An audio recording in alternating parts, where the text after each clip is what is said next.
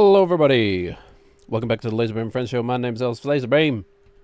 My name's Yorick. Things are working. Good. I'm working, you're working, everybody here is working. These are our jobs, right? Does the game have sound? Let me check. Hey, look at that. Here we are, back with Nathaniel, my boy. My beautiful boy. We're gonna do this today. Like, I'm genuinely confident. I haven't touched the game in, I don't know, five days. how how many days from a Friday to a Tuesday, man? I don't know. I should know that. I feel like that's like basic like human mathematics that everybody should know. The mathematics of one day to another, you know? Like the mathematics of 1 week. You know, if you want to have the same day next week on the calendar, you just plus 7. That kind of thing. Anyway, I haven't touched the game since Friday. I haven't really thought about it either. But I really love this game. Like, it's weird. It's very, my biggest surprise of 2025, I guess. Yeah, I mean, it came out in 2025, and that's when I played it, so... My biggest surprise of 2025. You know, other than, you know, other than the other surprise, you know. Everybody knows what I'm talking about. The big surprise, you know. I don't know what you're talking about, man. What do you mean, the big surprise? You know, the news of 2025, you know, the release, the big release. Okay,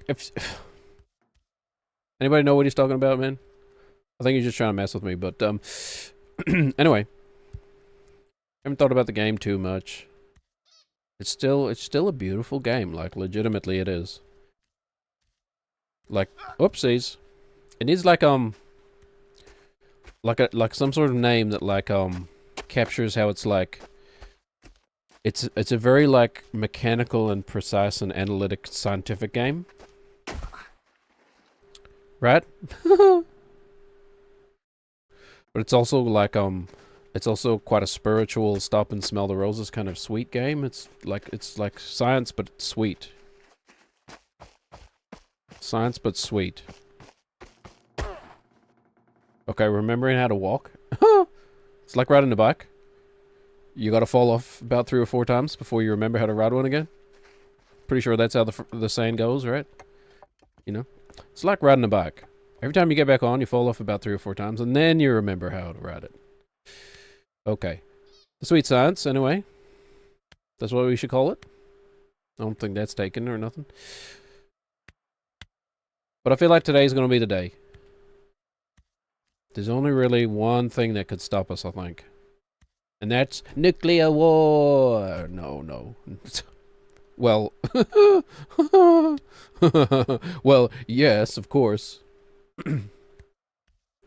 That would stop us. Oh, kickbots, hello. Just keep reaffirming the confirmation bias that of my like dead internet theory. Thanks, bots. Thank you very much.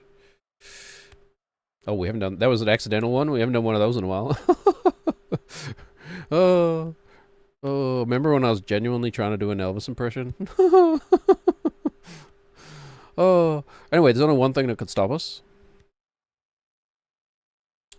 And that's nuclear war. We're not gonna milk that one too much, I don't think. We're not gonna milk that prostate too hard. Okay, alright. What do you go to milking metaphor? Hold on. Oh, right. I totally forgot that half of this job is trying to like make funny clips. Define funny. Me with my go-to metaphor for milking is the prostate and not a cow. I don't know. I like that one. Come on. I like it. Wait. Where's my replay buffer? Come on, man. Pearls before swine. Hold on. It helps if you actually press the right button. Yeah, I think we recorded it. Whatever. So double check. Double check. I can always say it again. But then you would have heard it twice. Oh. Okay. Hold on. I'm just listening to myself.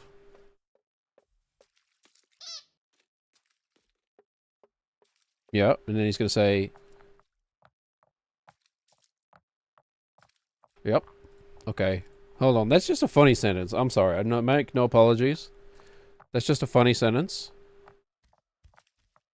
Me, when my go-to metaphor for milking is the prostate and not a cow.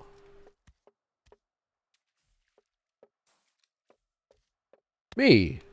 It's like, hold on. What's that episode of Seinfeld? These pretzels? These pretzels are making me... I don't know why it's gone so pirate. In my head, it was kind of Michael Richards, sort of. Then it turned into pirate. These pretzels be making me thirsty. Hold on, how would a pirate say that? Like something like a longing for ale or something like Yar.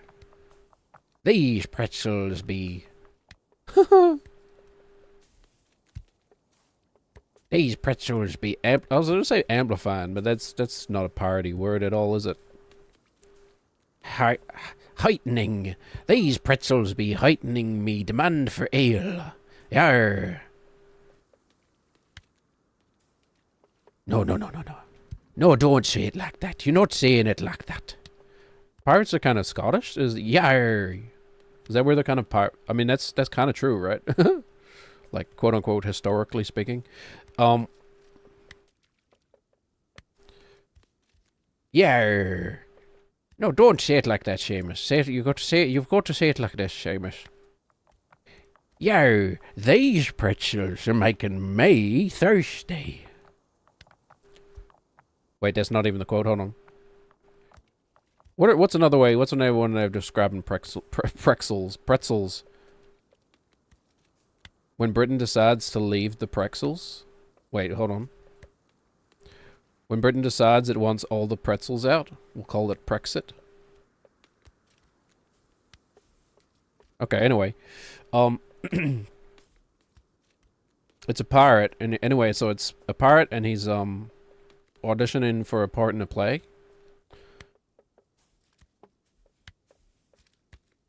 Yo, these pretzels bequeath. These breaded... breaded twists. If you just joined us, thank you for persisting through my madness. There's one thing that could stop us, okay? And it's falling off the cliff, man. That's the only thing that I'm kind of quote-unquote afraid of. I don't care so much about falling. Like, we can do these steps again. They're not that hard. Right? I'm not too worried. We'll just go into a flow state. Recharging my mana. And we'll do steps. But like, if we fall down that cliff, man. Oh, just the drudgery of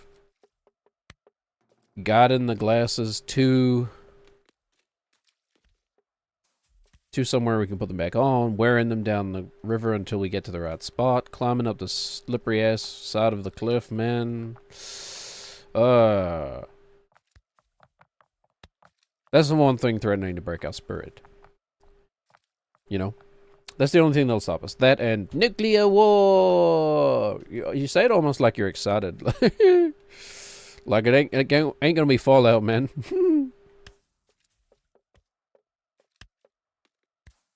Or maybe it is. Hold on. Nuclear war? All the nerds are hoping for Fallout. Like, the nerds, when the nuclear bombs start falling, yeah, Fallout! Not realizing that they're gonna be one of, like, the ghoul NPCs. One of the, like, the thousands of just killable ghouls. You know, fodder for the actual main character, which you will not be. Right?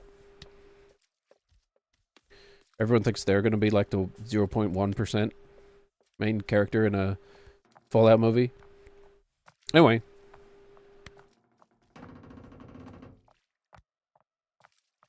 We need to milk it for all its... Okay, hold on. It's a boardroom, right? Okay.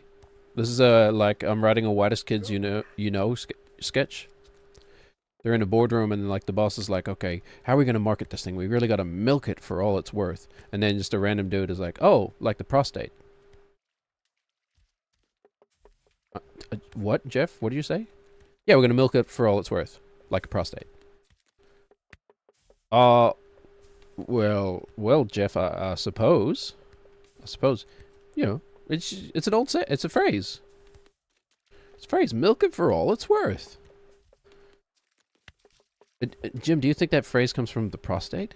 Well, yeah. What else do people milk? How about cows, fuck ass? Someone says. Anyway. Yep. Are we gonna taunt this banana, or are we just gonna step? Why don't we just step, man? Like, if we don't fall, then there's no issue anyway, right? If we don't fall, then we don't need to worry about that banana ever again. But, well, until we do keyboard and mouse playthrough and blindfolded playthrough, you know. Then we'll need to think about the banana. We'll have to count the pillars so we know which one is the banana pillar. Oh, could you imagine? Blindfolded run. You have to count the pillars and remember which pillar has the banana on it. Holy. I don't think I have the right kind of autism to do that, man. Oh. I think I got like lazy autism. I don't got like the... I'm gonna build a plane out of like an old...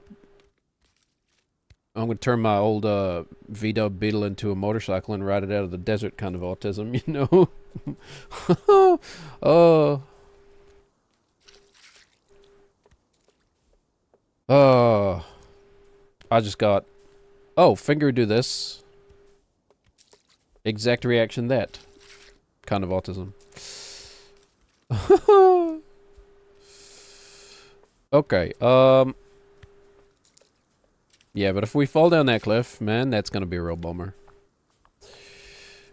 If we fall off the green slime balls, that's okay.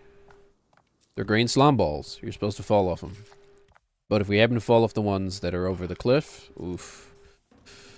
That's gonna be a blow to the old self-esteem. You know? Sort of like a mental nuclear war. Okay, I said I wasn't gonna milk that, but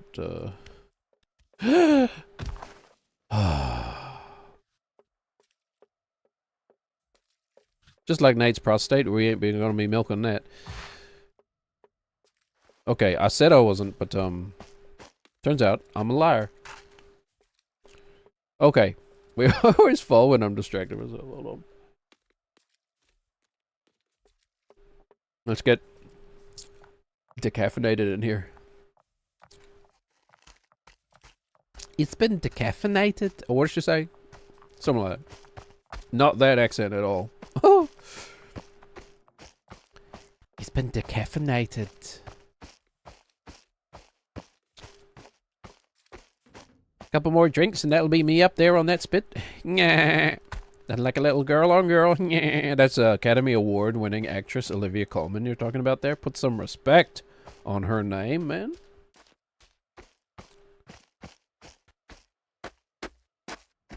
Think I'm like a real like TV like snob because I knew about Olivia Colman from Peep Show and Mitchell and Webb look, not from whatever that Yorgos Lanthimos art house wannabe movie is. The Lobster, actually one of my favorite movies of all time. You know that scene in The Lobster where what's his name? Is Ben Whishaw? Is that his name? I think it's him. Just like slams his head against the table and starts bleeding. I mean, I guess that's like, it's movie magic, I suppose. And because the movie takes place in this kind of like pseudo alternate reality where everybody's kind of whimsical, or well, like, everybody has autism basically. Every character in a Yorgos Lanthimos movie is autism coded, and like Bob's Burgers, every character has some is autism. Anyway, when he slams his face against the table, man, that's like some of the most realistic violence I think I've ever seen in a movie. You know, and it's not hyper violent. You know, it's not like somebody getting like their entrails out trailed. Right? It's just it's a dude like making his nose bleed by slamming it against the table, but I guess it's just unexpected out of nowhere, I suppose. The film has set you up, put you in this like sense of false security with this kind of whimsical way of everybody's talking all whimsically like they're children, almost like how 4-year-olds talk to each other, but grown ass men. Like, here's the watch I wanted to give you. It's a very nice watch. It was my father's watch. My father had a watch exactly like this. Oh, and then Barry Cogan's like, thank you very much. Thank you. He sounds more like more Irish than Wait, is Barry Cogan Irish? He is Irish, right? Well, thank you very much. I had a watch. I very much will wear this watch every day of my life. I will cherish this watch and I will wear it every day. Thank you. Like everybody speaks like that in the Yorgos Lanthimos movie for some reason. Well, they used to. He's kind of moved off from that. There was more like Lobster, Killing of a Sacred Deer era. There's more recent movies people speak kind of normally. But anyway, I preferred it back then. I bought you this watch. It's a beautiful watch. I thought you would really like this watch. Thank you. It's a very lovely watch. I will wear it all the time. Thank you. You're welcome. Please don't mention it. That's kind of how Japanese people talk, actually. Now that I think about it, everyone in Japan talks to each other like that. Or maybe it's, I don't know. Hey, save it, Nate. Maybe it's like, just feels that way from an outside perspective. I don't know.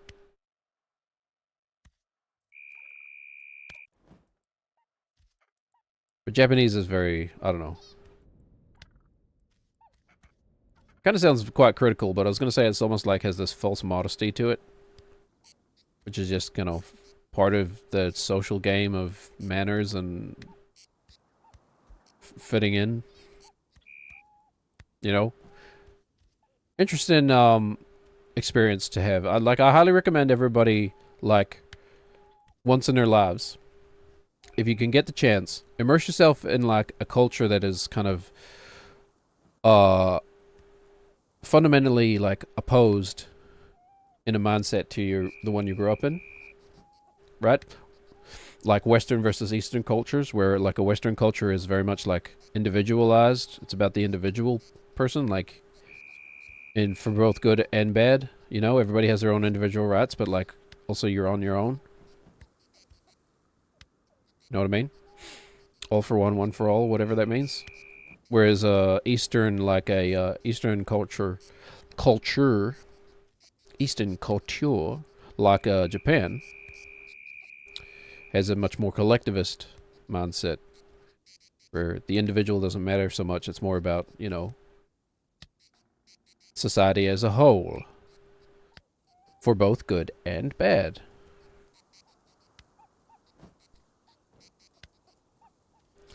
But part of that is like these little funny little, you know, verbal rituals that you got to do all the time.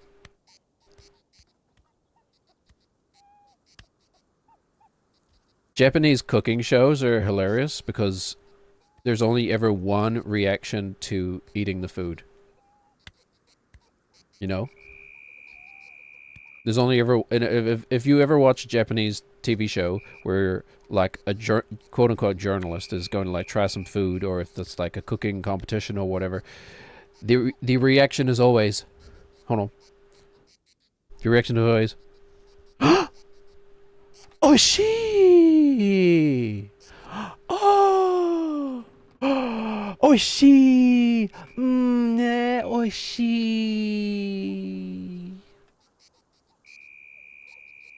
You know what I mean? My Japanese nerds out there will know what I mean. It's like it's just so way over the top, man. It's like so obviously like fake, but everyone knows it too. It's like everything you eat can't be the most delicious thing you've ever eaten. But they're always like so surprised by how like delicious it is, man. If you don't know oishi means delicious, essentially.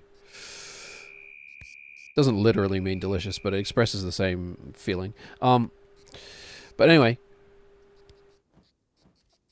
they're always surprised by how it is. That's what the thing that makes it seem so fake to me. It's always the oh she like the yeah like it's oh my gosh, it's so delicious. I have to take a second to recover from how delicious it is.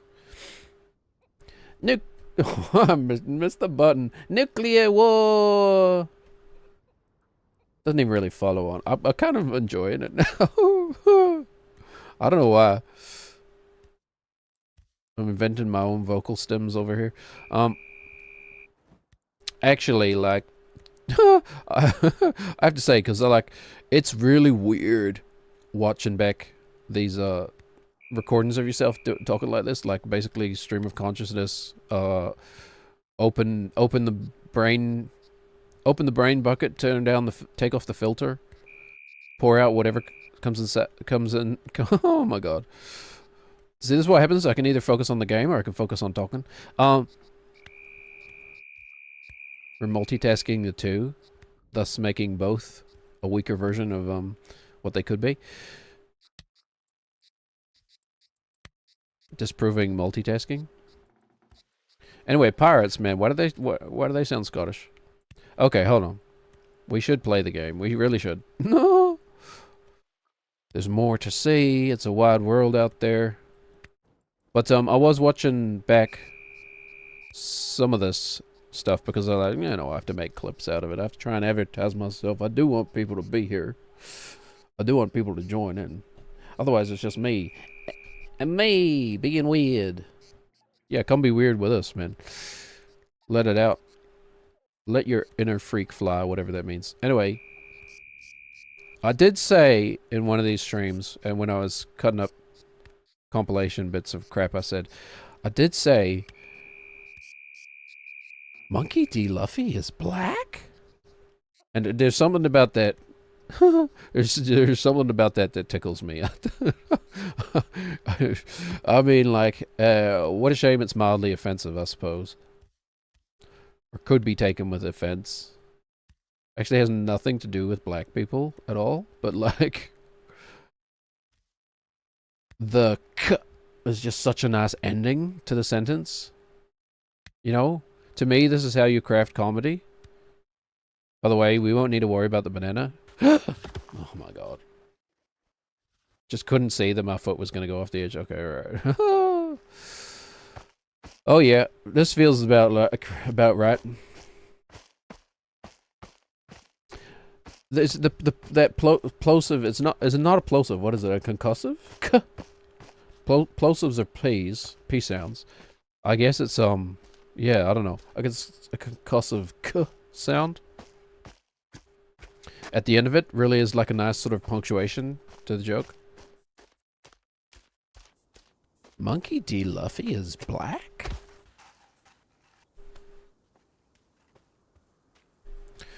Also just kind of like gives it a sort of old-timiness, I guess. I don't know. I don't know if that's a point in my favor or against, but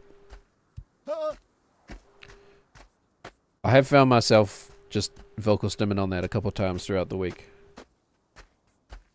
Monkey D. Luffy is black? Anyway. Let's not make this actually just like a like self-aggrandized literal like circle jerk, but with yourself. How does one circle jerk themselves into oblivion? Please, asking for a friend. Hold on. Yeah, asking for a friend. How does one circle jerk themselves into oblivion? My friend really wants to know. Okay. Maybe we're too risque. I don't know. Maybe people get away with saying like some ridiculous crap on Twitch, right? Or whatever, live streaming. I'm gonna say get away with. I mean, like, they're not kicked off the platform. Like, you gotta say something like really political to get kicked off. Shall we find out? Figure out where the line is. Now is the time. Now is the time when we have a small audience to really test the the limits. Oh, yeah, not making that one. Remember how slow is smooth and smooth is fast? I gotta remember that. Slow is smooth and smooth is fast. Anyway, so what's been happening in the world? Much been going on? Wasn't there like a Grammys or something? Or some Grammys, I don't know. I've been trying to keep off the internet mostly the last few days. Mostly been successful too. It's kind of I haven't really been trying to use the internet less. I've just been well, better medicated for one. But I've been trying to focus on just other things that need doing, you know? Like laundry. Or like looking around my environment and noticing like there's freaking spider webs in the ceiling.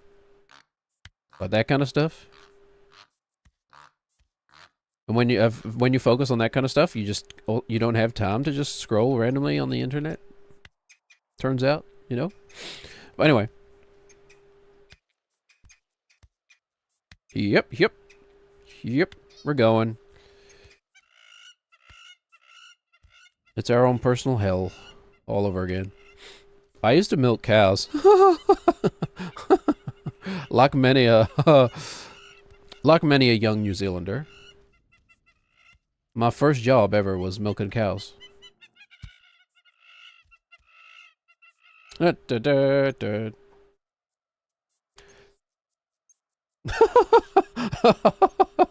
forgot that was the end of that.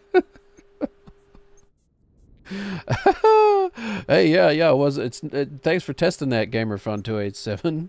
Totally real username, ladiesman357 or whatever. Yeah, that ain't true. You can. That's free. I mean, that ain't a lie. That's free. You can spam that all day if you like. That'll be fun.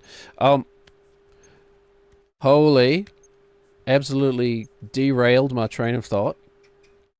If it wasn't hard enough to hold on to this like frayed strand that is the kind of like through line I'm trying to weave throughout these things. If it wasn't hard enough to hold on to that already, you get a random Starship Troopers, holy. And the chickens are going. And the chickens are going. You know what? I only just realized I didn't actually like, this is not deliberate, but like, there's an element to this of like a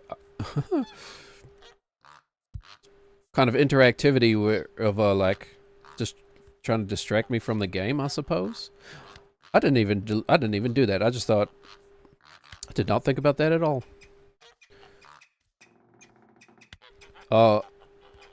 No, mostly I just put those sound alerts there because they're like, I love them. They're like my favorites, and I don't mind hearing them all over again. But that's true. It is actually quite a distraction. I didn't think about that. Oh well. We'll burn that bridge when we come to it, if it becomes a problem. Yep. Okay. How many... Anybody can't bother to count these? Like, I should count one. It's gonna be, like, so annoying.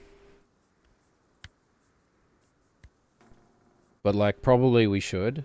We should count these. Just for our own, like, records, you know? Just for our own records. For our own peace of mind.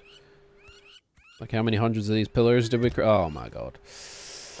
I've also not... Yeah, thanks for reminding me of how many attempts have we done. Oh, goodness. This good question mark. We need to start adding more and more question marks as it like gets less far or farther away from the truth. I should say. I don't know. 23? I don't know.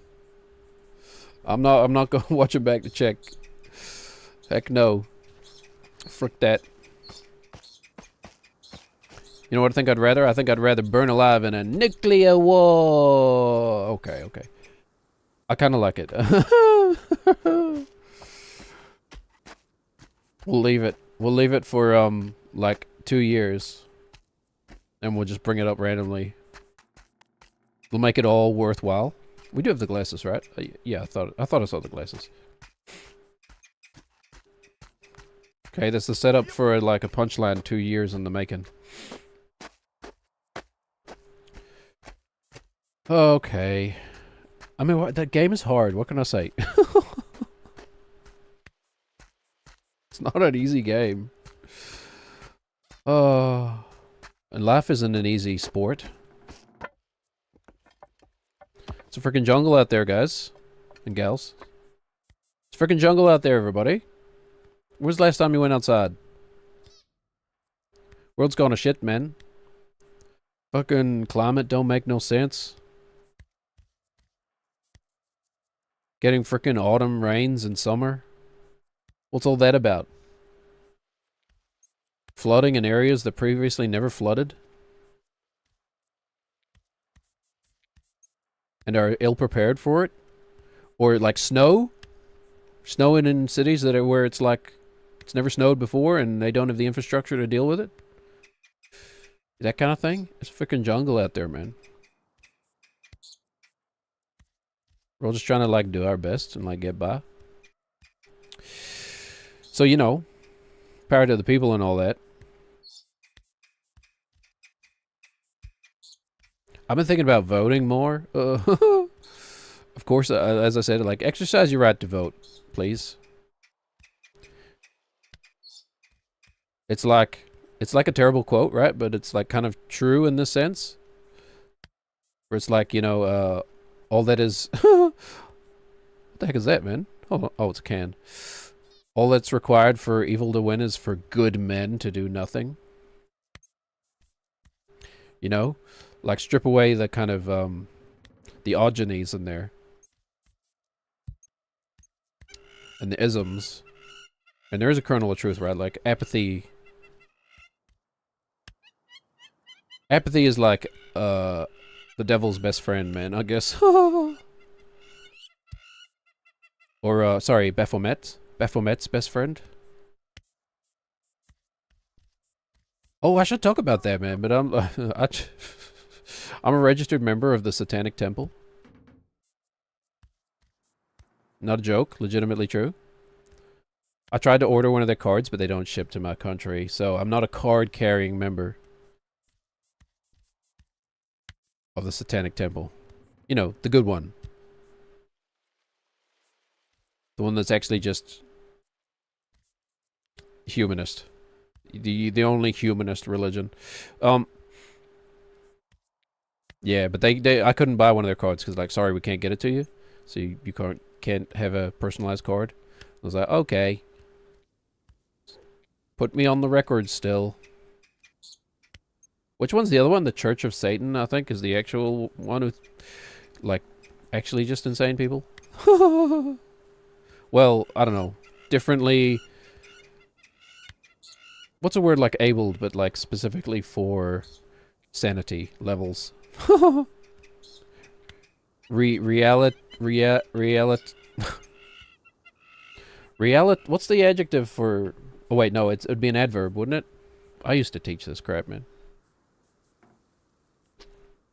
An adverb meaning like relating to reality. Reality challenged? Relatively challenged? I don't think that's a word. Anyway. Yuck, yuck, yuck, yuck, yuck. Man, they had comedy figured out in the 1930s, man. You ever hear that spring with the ball in the end that goes like... Boing, boing, like boing, like a spring going back and forth, like boing. Oh man, they fucking cracked comedy back then, man. How long has it been? Can I swear now? Can I stop artificially inseminating myself? Sorry, that's the wrong word. Artificially censoring myself. So my first job was a milking cows. I milk cows, like a lot of young people do in this country. Abundant cow. Well, we just call them cow sheds, but like, you know, milking facilities for cows and the prostate, right? Like, but also cows.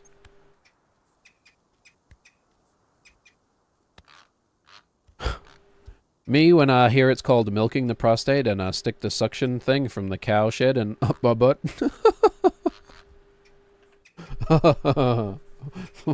Okay. Oh Lord, I'm sorry to subject you to that.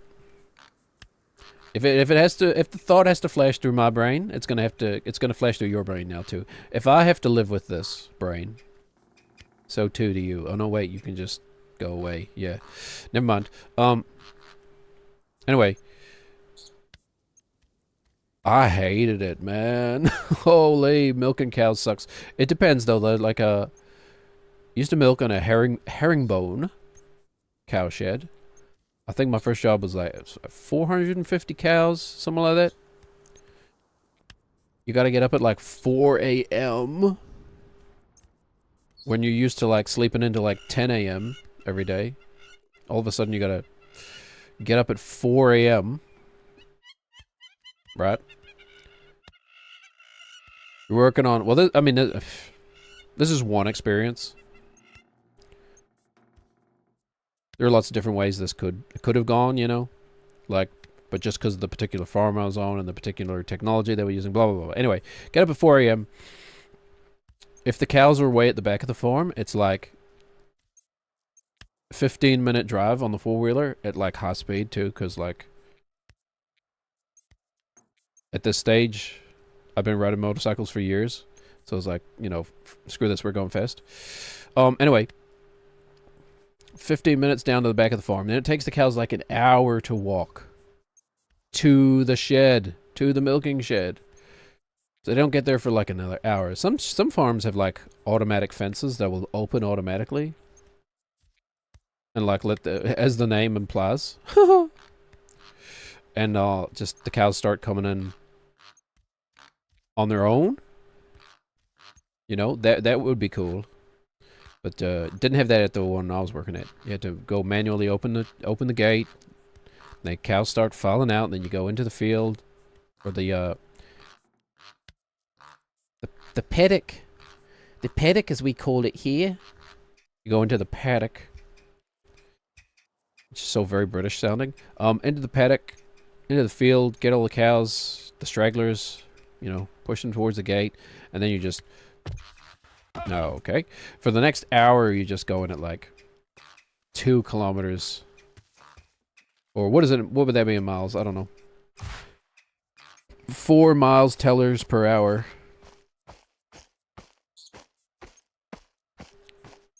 Who's your favorite miles? Miles teller or miles per hour? Let's drop that poll in chat. I gotta imagine miles per hour wins out in that head-to-head, right? Like, that's an easy head-to-head for me. Miles Teller kind of has, like, a weird little, like, smugness about him, I don't know. Does he come from money? Like, it wouldn't surprise me if he was a Nepo baby or something. Is he one of those? Is he one of those Hollywood Nepo babies that you hear so much about? Wouldn't surprise me. I don't know. I could be totally wrong, and he could just be like a talented individual, but who knows? I think I have to imagine miles per hour wins that out.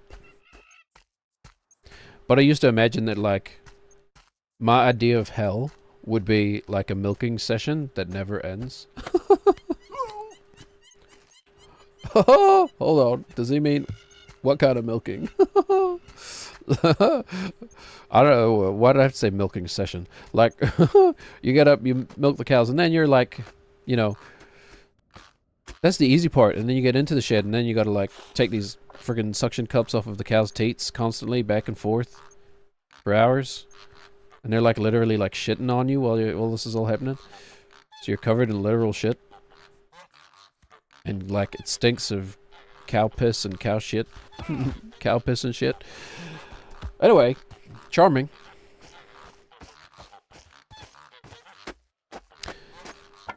Also, I'm like a teenager, right? So I've got that going on.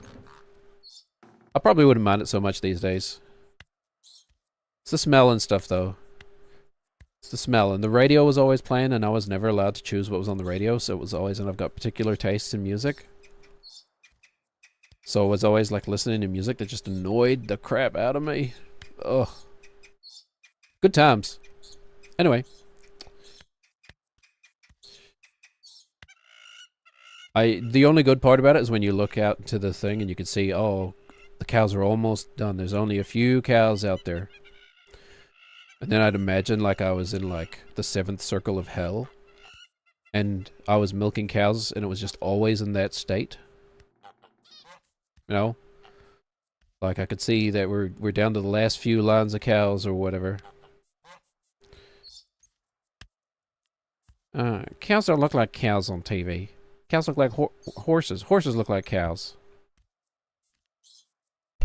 Hold on. That's a good reference. Provided the title of the stream today. Which I believe I did correctly. Yes. Okay. I actually don't know how to spell cromulent. Even though cromulent is a perfectly cromulent word. The dictionary softwares have not caught up. They're not caught up, I don't think. God, how do you Americans talk like that all the time? Caught. I feel like I'm like opening wide to like deep throat something, man. Caught. Say if you're like actually from whatever area you think this accent is. It's somewhere from. It's supposed to be somewhere from Texas, I suppose. I don't know. If you're someone who's actually from there, say the word caught. Caught. Tell me it doesn't feel like you're opening wide to swallow. Caught. There's like a little is it a uvula? The glottis? The soft palate? No, something at the back of the throat really opens up when you go say caught. I would normally say cool. Oh wow. Kiwi accent is weird, holy. Here we go. Court. That's how I would normally say it. Like the place you go to with the judge. I caught a cold the other day. I caught a fish with my new fishing rod. Fishing rods have, like, when's the last time you ever bought a fishing rod? Fishing rods have such hilarious names. They've always got like fishing rods are peak boomer named products because they've always got like a bunch of numbers at the end of them for some reason. You know? Like the Bassmaster 3000, you know? Or the Ass Blaster 200, you know? Or the Prostate Milker 2550. You know? Like that kind of thing. But it's just a stick for catching just a stick for assisting in murdering of a innocent animal. You know?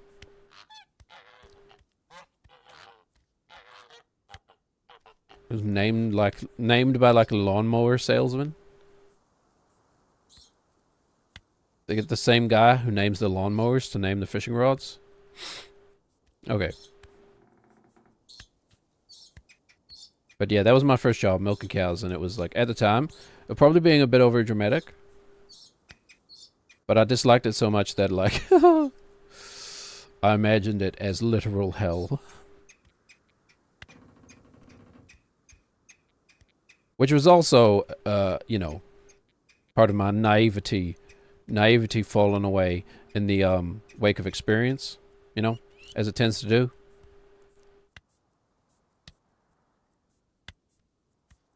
Wait, you mean like adult life isn't like playing video games all day? Well, son, if you're entertaining, it can be. Oh, never mind then. Guess I'll milk cows forever. I don't know what this character is. Me, but facetious child? Oh, wait, I kind of was a facetious child. Yep. Anyway, you know, the big news.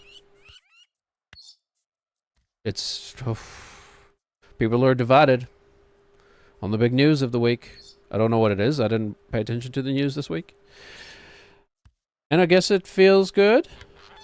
I certainly was more like, I was definitely more productive this week in terms of, you know, what I'm really supposed to be doing, which is raising children to be empathetic people and helping run a household.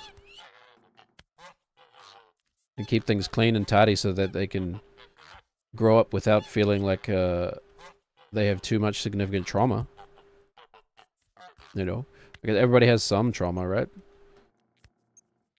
I don't know if the goal is to, Oh, here we go. Let's do dad talk for a while. Hold on. I don't think the goal is to necessarily to, eliminate trauma. Like, you know, I don't even know how you could, man. Realistically, like when I was a kid, I stuck my hand on the stove, man. That's definitely a trauma. I remember. I stuck my hand on the freaking, like, 1970s porcelain stove. Or what is it? No, it's not porcelain. It's like the same thing they make cups out of. One of the first, like, induction stoves ever invented. Stuck my hand on like, this hot ceramic. That's what it is. It's a ceramic stovetop. My hand, like, instantly, like, stuck. Tss, like a steak to the bottom of a hot pan, man. Tss, hot skillet, I should say. I don't know what a skillet is, actually. But anyway, I don't think the goal should be zero trauma. But to try and minimize the trauma and hopefully near eliminate the emotional trauma. But again, I don't know if that's realistic. Anyway, part of that I'm realizing is making sure that, you know, they grow up in a clean environment. You know, trying to model good habits for them. It's never too young to do that. Or it's never too early, I should say. To model good habits for your children. And also, a good excuse to learn good habits at the same time. This is kind of the way, like, how I view having children is, like, how it definitely changes you. But it most certainly has changed me in the sense that, like, it's forced me to have good habits. Now, like, when I was, like, growing up, you know, brushing my teeth was like, if I don't do it, who's going to suffer? Just me. And the taxpayer, of course, but I didn't know that at the time. I didn't know that's how it worked. You know, like, it's just, I'm the only one suffering, so, like, it's a victimless crime. Oh, man, oh, gosh. Feels dark to say, but, man, that's just the genuine way I approached life when I was, like, a teenager. Anyway. But when you've got children, really forces you to engage with that stuff. Because now you're accountable. You're not just accountable for yourself. You're accountable for this sweet, innocent creature that can barely look after itself. You know, this sweet, innocent thing that will die if left to its own devices. You know, that you have, like, a genetic, a biological imperative to protect at all costs, right? Now you're, not only that, but now you're responsible for it learning to take care of itself. You know what I mean? Like, I haven't learned how to take care of myself yet, and I got to teach this thing how to. It's going to take care of itself. Whoop, we almost slipped right there. Holy. You know what I mean? Like, it's, ooh. It'll ginger your backside for sure. Don't do that, by the way. To people or horses. Well, I mean, I don't know. Do it to people if you want, I guess, if they want you to. I don't know. I mean, like, I don't think I'm not a freak or anything, but like,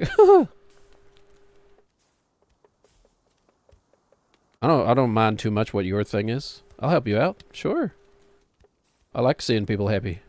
If that's what you like, go for it.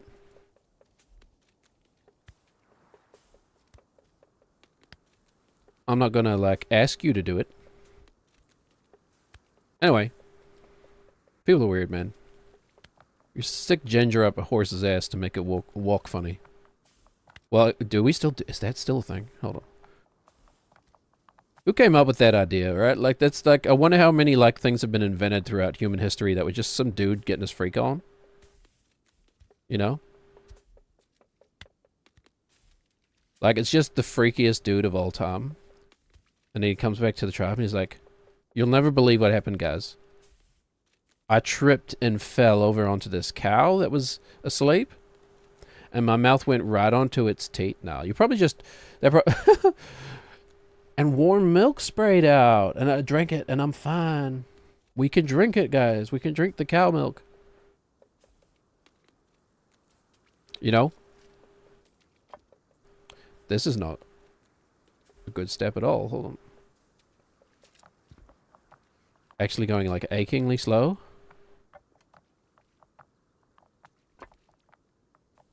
I'm not trying to make you think about prostates again. That's just you. Okay, come on. Isn't that the thing that gives you cancer? No. That would be nuclear war. Okay. That might be all you say today, York. Right now we're at tragedy phase with that joke, right? We just need to give it time, and then it equals comedy. I hear that's how it works. Okay. These things are slippery. And small. Small and slippery. I guess that's something I'm used to. They're slippery and they're small. And you have to be very precise with these triggers, man. And the stick, and then all of a sudden he'll just decide to throw his weight around like that for some reason. Like an absolute fuckhead, Nathan. Please. What are you doing to me? No, I actually don't like swearing that much on stream, or in general, to be honest. I used to swear all the time when I was a kid. I don't know if this is still a thing in high schools, but like when I went to high school, whoopsies, definitely one of the like social currencies that existed was like how much you could swear, or like how creative of a swearer you were. You know? So we used to like spend time in high school trying to think up things like, you know, you fuck knuckle. Insults, dissing. Dissing was big for some reason. Like rap battles were, like we weren't doing rap battles in school, but like that culture of being creative with words, and it was a way for us to play with poetry, I guess, without feeling gay. Like, I'm not trying to be offensive. We were kids, and that's just kind of, that's just kind of literally how we or not being perceived as gay, I guess. That was literally how we thought back in the day. Like, oh my god, I don't want any of my male friends to think I'm gay. Oh no. Ooh, yuck. Because to be gay was to be an outsider, you know? Back in 2006, 2004. Okay. But, what was I talking about? High school, man? I don't like swearing too much on stream. It's actually like, you know, I don't know if this is like a position on comedy or what, but like, it really is kind of a crutch to the funny, you know? Like, a tactical F-bomb dropped at the right time, you know, is worth a million just individual random Fs, you know? Like, oh my fucking god, you know? That's worth 1/1,000,000th of the power to, like, just a well-timed tactical F-bomb. In the frickin' comedy pantheon. Oh, I guess that would be famous comedians, wouldn't it? Who are you putting in your comedy pantheon? Who's your comedy Zeus? It changes obviously as you grow. I think when I was a kid, I used to think Jerry Seinfeld's stand-up was really good. That's how immature I was. Why is it that Seinfeld the show is like a good show? It's a funny show. You know what I mean? But why are the little stand-up segments at the beginning and or end of episodes like the worst stand-up you've ever heard? Why? Like, the show is funny, but the stand-up segments, like, they're like completely different, like don't belong at all in the show. Like, did they actually start getting rid of them? Didn't they remove them after a few seasons, right? They just stopped doing those things? The stand-up bit that, like, bookended the episodes? I don't know, it's been a long time since I watched it. I was in the pool, etc. You want a piece of me, blah, blah, blah. Jerry Stiller's like the funniest part of that show. Jerry Stiller and, you know, say what you want about Michael Richards, but he does a good job of making what is essentially quite a, like, banal script into really funny. Like, they don't necessarily give him funny lines. They just give him normal lines that he does funny. Know what I mean? And, like, I don't know. If he's a genuine... Is that guy genuinely a racist? You know? I don't know. If he is, he's a goddamn moron, man.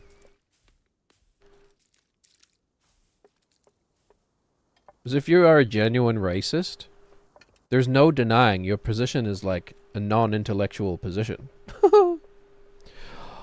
Every single intellectual pursuit ever will tell you that, like, race alone tells you nothing about the value of a human being. Anyway, we all know that, of course.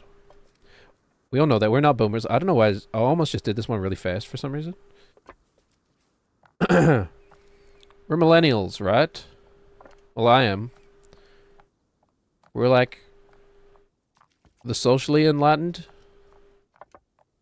The beginning of the social enlightenment started with millennials being like, hey, why is, or I guess, I don't know, ended with us maybe? What comes after millennials? Is that Gen Z? You know what? I totally forgot about Gen X. When the heck is Gen X? It's boomers and then Gen X, right? Like, my dad was born in the 50s. That's a boomer, right? Because boomers is post-World War II. I think my dad... That must make my dad a boomer. Anyway, Gen X is like in between boomers and millennials? Yeah, it must be. That can't be one whole generation. So Gen X is like born in the 80s? Oh, yeah. Oh, why couldn't I have had a Gen X parent, man? That sounded like it would have been fun. My dad kind of was, anyway. All of his musical taste, like, came from the 80s. Yep. Yep. Anyway, these are slippery-ass blocks that go over this cliff. Remember when I said that this is the only part that scares me? Well, it's time to nut up or shit up. It's time to ejaculate or close your mouth. Wait, hold on. That's not how that works. Yee! I didn't mean to make that sound so porny. I was just thinking of synonyms for nut up and shut up. which I didn't even do. My apologies. Okay. This is the only part that scares me. This is the part I should probably actually pay attention to.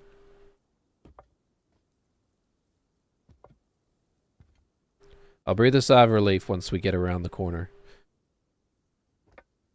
We've only fallen once here, and I don't think the block itself was even that hard, to be honest. I think I probably just lost the mental game for a second. By the way, you just lost the game. Okay. We do not want to go down there. Eventually I do. But now is not the time I want to go down there. Yep. Okay. But it's one step after another. This is a good chance to refocus. I don't even remember what I was talking about. Okay, that's a big one. That's a big one. Oh, please, Nate. Why you gotta get so unstable all of a sudden? Okay, that's a big one. Okay, we don't want to dawdle too long on this one because we're in slippery territory here.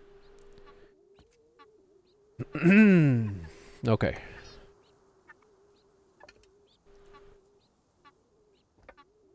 It's a little off to the side, but that's okay. There's some room for error. There's also room for Eric. Anybody know any Erics? Want to invite them over? I've got room. Got room for an Eric.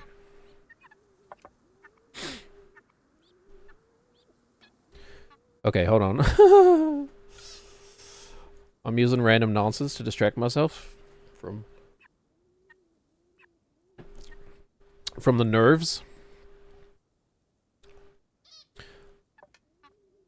Okay. How do you guys feel about, like, performance anxiety? I'm lucky in the sense that, like, I've been, quote-unquote, performing since I was a child. Because that's what you do for some reason. If you're, like... You don't just take your child to, like, music lessons. You take them to music lessons and then you, like, get them to show off the things that they've learned in front of, like, crowds of people. In, like, a church or something. You know, that old chestnut. That old normal experience that every child had.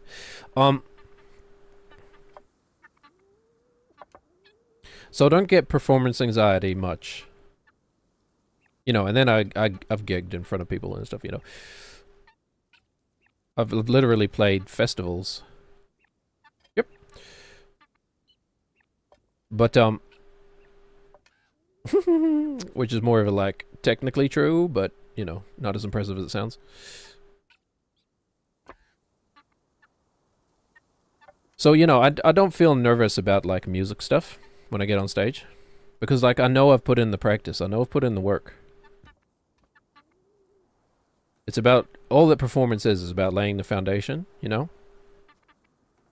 It's time. Time plus tragedy. And then we end up with... Nuclear war! Yeah, we're still doing that too, by the way. I forgot about that until right now. Okay.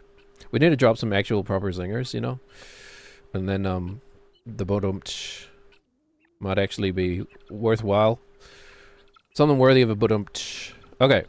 Hold on, okay. Don't rush it, don't rush it. We're still over the cliff. We're still in danger of, getting sidetracked for a day. Don't celebrate too soon. Okay, this is the only part that scares me. Like, after this, we're pretty much on the home stretch. And the home stretch consists more of focus, taking our time, and assessing the situation correctly. Okay. Whew.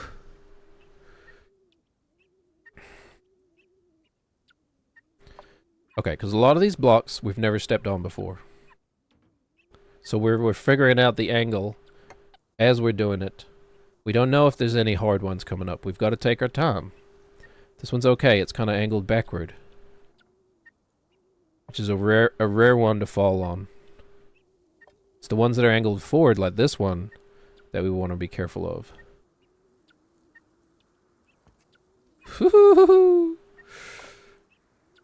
Okay, and we just take our time, keep our feet close together. This one's pretty level. It's not going to be too slippery. Oh, it's a mental exercise. Okay, this one is weirdly crooked. They do... Oh, God. They do look like they're getting pretty hard up there, man. Oh. Holy. They get quite wiggly wobbly. Just one step at a time. Focus on each one. Each individual one is not even that hard, man. We've done much trickier steps than this. We've done scrambly steps that we had to do fast. Or risk of falling to the bottom of the sandcastle, man. We've done that. We've done cactus steps where you have to make sure the upper body doesn't contact some obstacle. What else have we done? We frickin' rode a giant ball across the thing. What if the, like, second to last one, like, falls? There's a chance, man. A greater than 0 chance.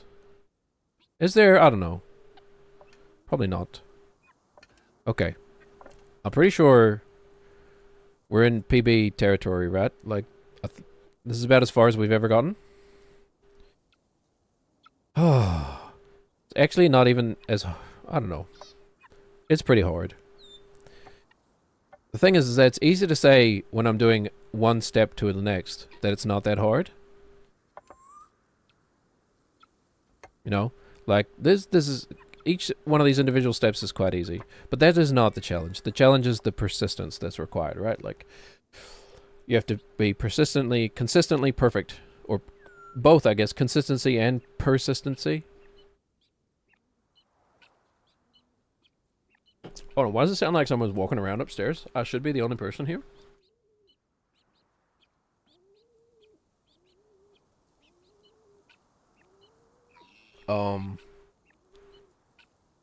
Wait, is that... Maybe it was in the game. Maybe I'm getting... Hold on. I'm letting it get to me. I'm hearing things. I gotta put down my controller very carefully so that Nate doesn't take a step. Okay, never mind. Might just be the dog. Oh, okay. There's gonna be a lot of this, by the way, shuffling up to the edges.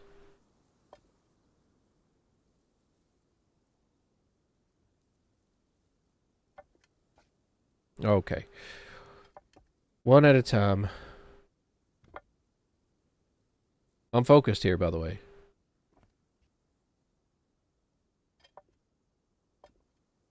If you saw me on TikTok or something and you've come here for a rant, my apologies, or something random.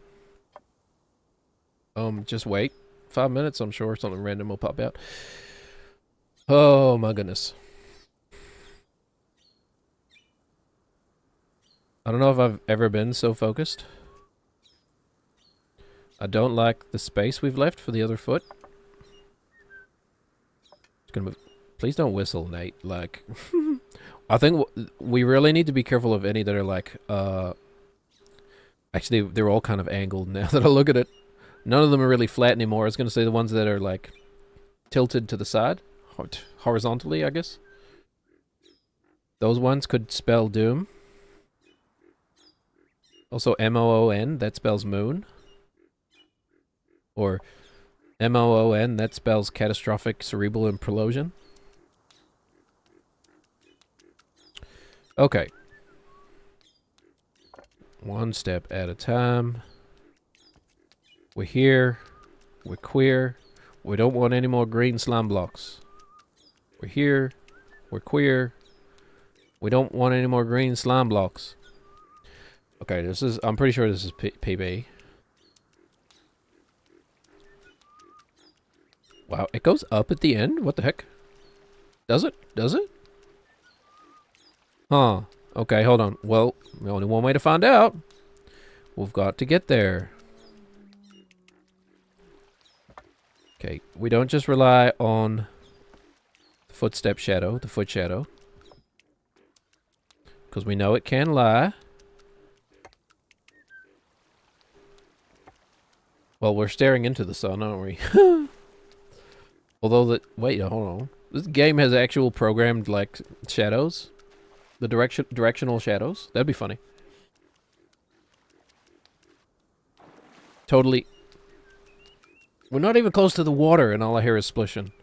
Splution. Wait, that might be in the room with me. Stepping over here. Yee! They're partially translucent, too. I only just realized that. I don't know why that's important. Either that or that was a glitch. Alright. It's very... I'm barely moving the stick and the triggers, man. Like... This is some feathering stuff, man. Okay. And if we just do them all like that, slow and carefully, there's no way we can fall.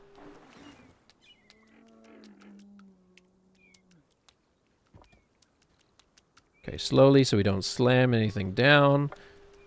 See how slippery that is? See how slippery that one is? A little worried about what's going to happen when we lift this foot. Okay, we're fine. I told you they're slippery, man. This is like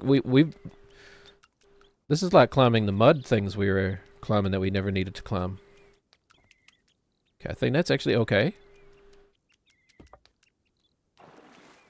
You taking some risks? This is not the time to be taking risks, man. That's quite a... See, that's a big one. They actually threw in a pretty long one. I'm gonna slide down.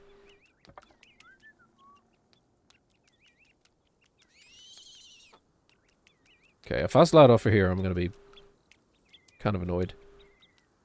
Could you just frickin' stand like a normal human being, Nathan? Oh my goodness, like what is wrong with you? Okay, we need enough purchase that we're gonna stick. Okay. Confidence. Just face it with confidence. That's all it takes.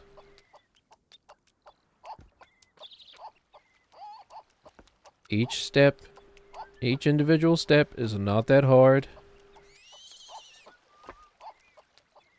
Done them 1,000 times before. This is a weirdly angled one, by the way. We're not going to let that get to us. Just put your foot down on the next one. That's all that matters.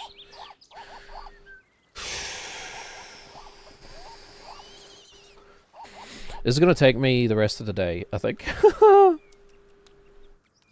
Take your time, take a drink, you know, like, just relax. You don't, it's not the performance, it's just, you're just playing the game, man.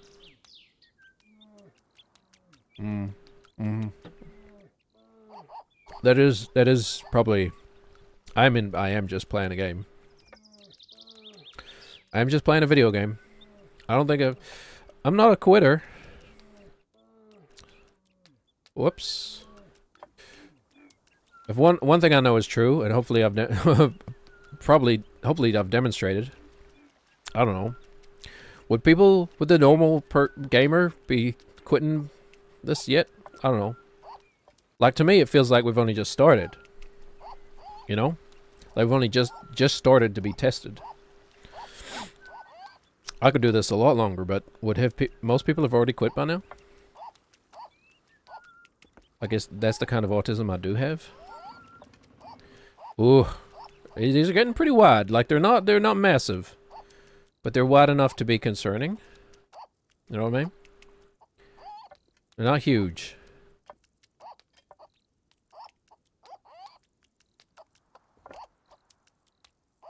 Alright.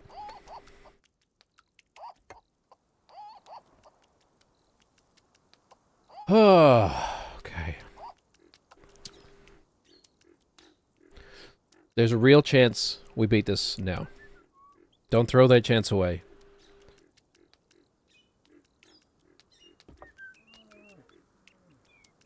There's a real chance. There's a real chance. Each individual step is not that hard. We have good control.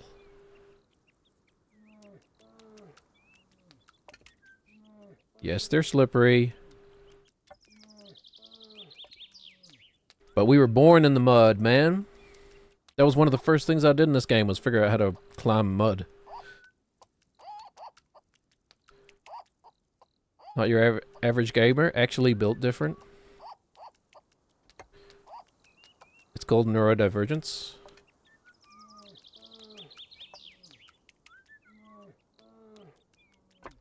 Okay, a little confidence doesn't hurt. We don't get overconfident, especially this one, which is bigger. Oh, hold on. Am I seeing that right? I don't think I'm seeing that right. There can't be a gap that big. Okay. That is up for debate. We'll find out when we get there.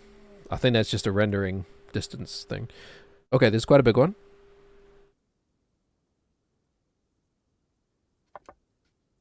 Okay.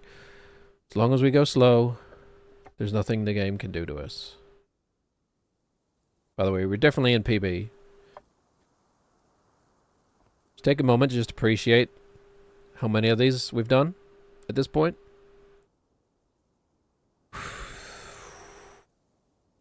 It does go weird at the end. What the heck? I don't remember that from when I scoped it out ahead of time. Scoped it out. That might just be like a New Zealand, Australia thing. This is an annoying one. A New Zealand, Australia thing, but we say scoping to mean like casing a joint.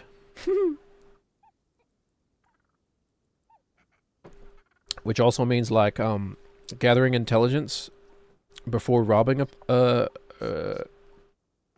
I don't know, a building or a house or something.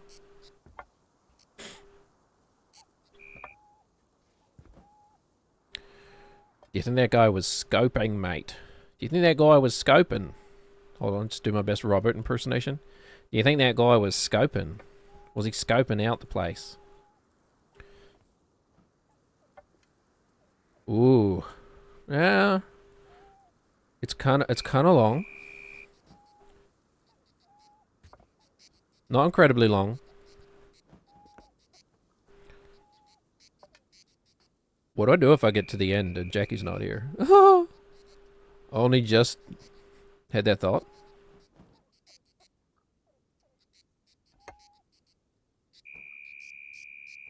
I guess it wouldn't be ideal, but it doesn't really matter too much. Here. I kind of feel it is kind of nice to feel like I'm not the only person in this, following in this struggle, you know? A little camaraderie. A little solidarity, you know? It helps, helps the neurons from not just like flipping, turn down flipping and reversing it. And actually resulting in like a dissociative identity episode.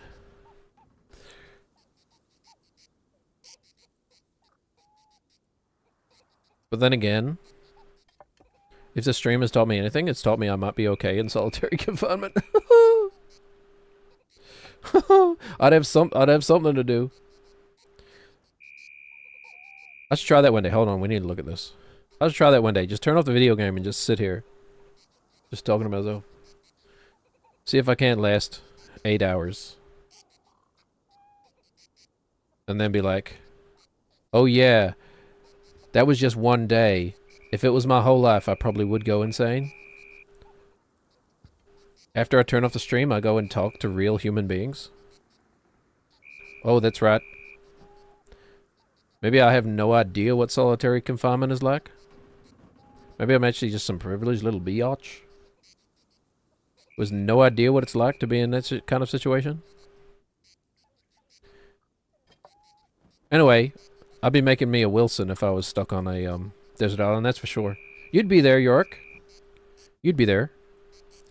We could hard boil an egg, I'm sure. Hooray! Sorry to say I'm not like super, you know, that's not super flattering, but it's alright. I mean, as a compliment. You'll be there. Wouldn't forget about you, man. Yeah, okay, I told you it was just rendering distance stuff. This is getting ridiculous now. Okay, but there's only one way to do it. Nothing to it but to do it. You know what they say?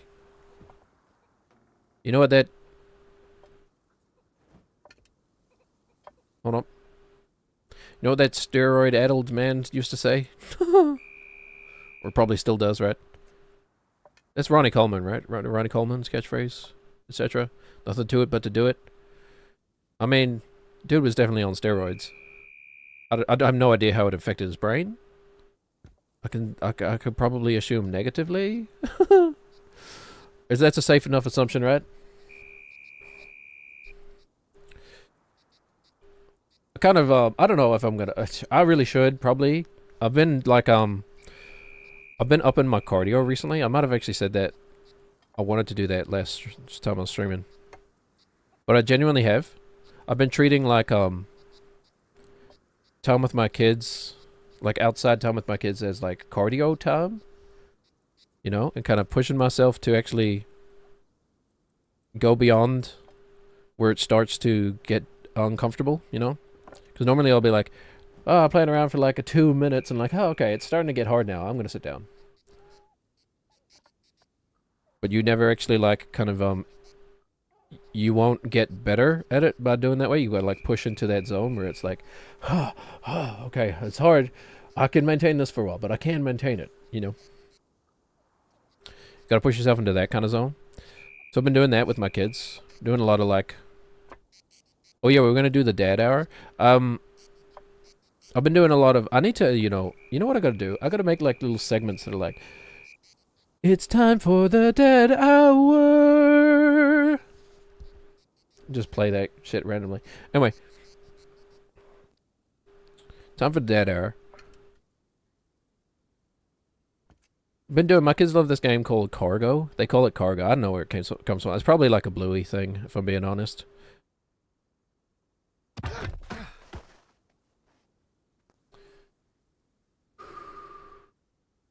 Okay, let's do it again. It probably comes from Bluey, if I'm being honest.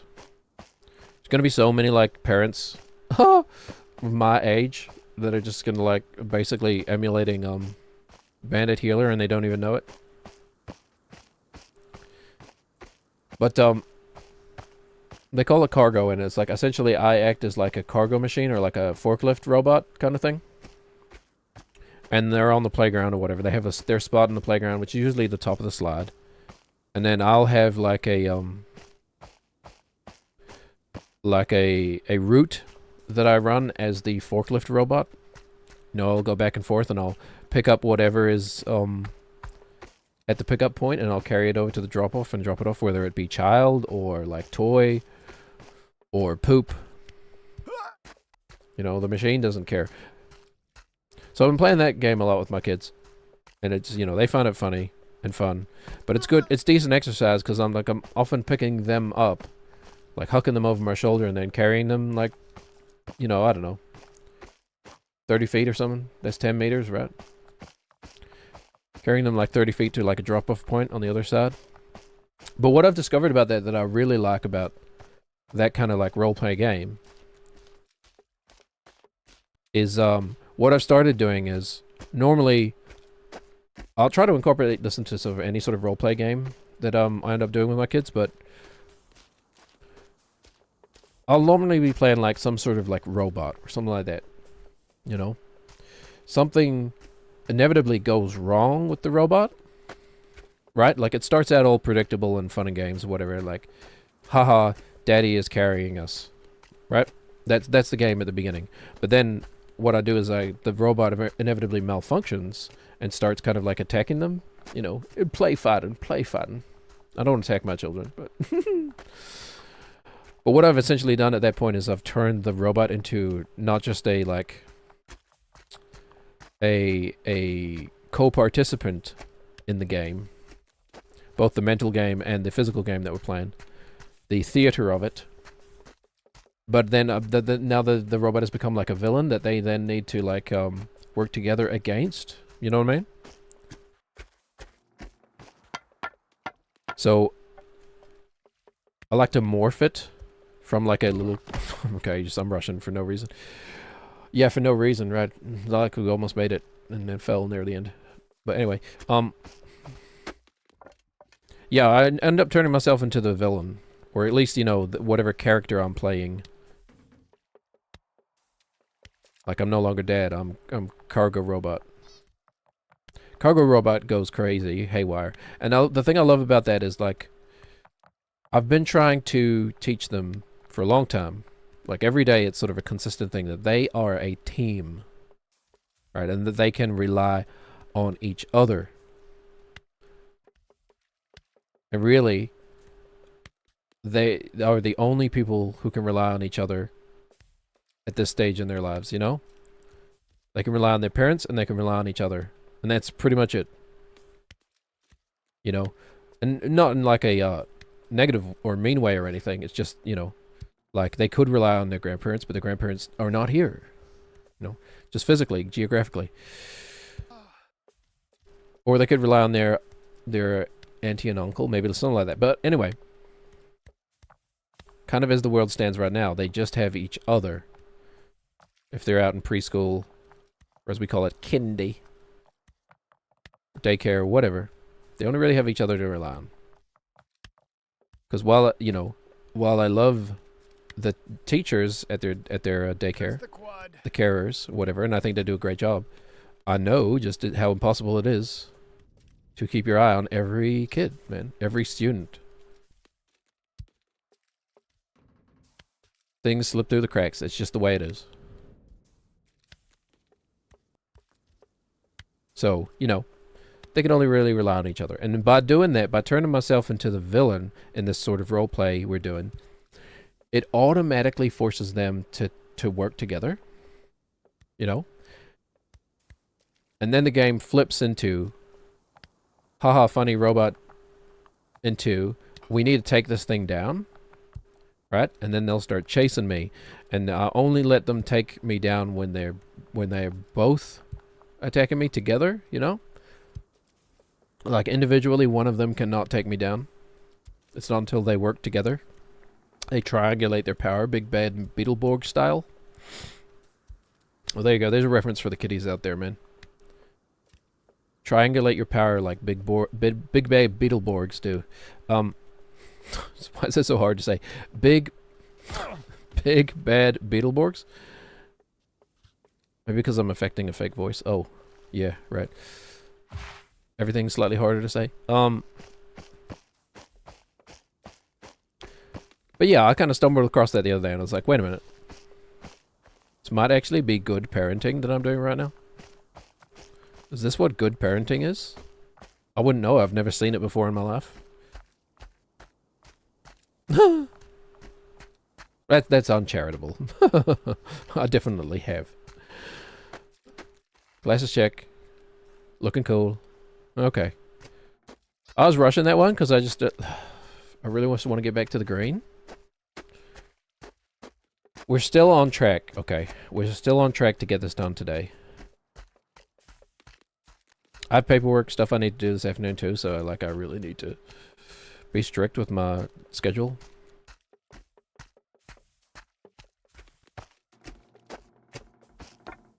Yep. But we're still on track to get this done today. If anything, like, I have more confidence than ever. It's always like that, actually, I've found in this game. Just knowing that you can do it goes a long way, you know? Wait. Yep, we rushed that. I know, I rushed it. Just knowing that you can do something, that confidence is... It's not to be understated. But yeah, anyway, what's going on with the world, man? I've decided I'm not going to get my news through an algorithm that, like, sends me like a pre-editorialized stream or whatever of information based on what it thinks I will engage with, not what I actually need to be seeing. You know what I mean? Like, oh, you liked reading about this the other week. You'll probably like reading about it again. Yes, but is it what I should be reading for my own mental health and well-being? Probably not. I've decided instead of doing that, I'm going to get all of my information from random chatters. Have the aliens invaded yet? What's it like out there? For all I know, I could be the last person alive. You ever play that game when you were a kid? I used to play that game. If like I ever found myself in like somewhere quiet and nobody else is around, I would just imagine that I was the only person left on the planet. You know? And let myself... I don't know what that says about me, because that would be awful. Probably be like a terrible existence. I was just talking about solitary confinement earlier. The whole world is your solitary confinement.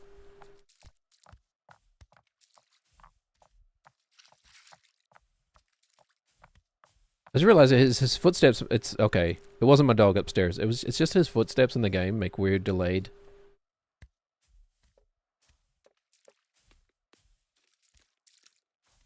Some weird delayed slapping sounds. Anyway. Yep. We want to get back to the green.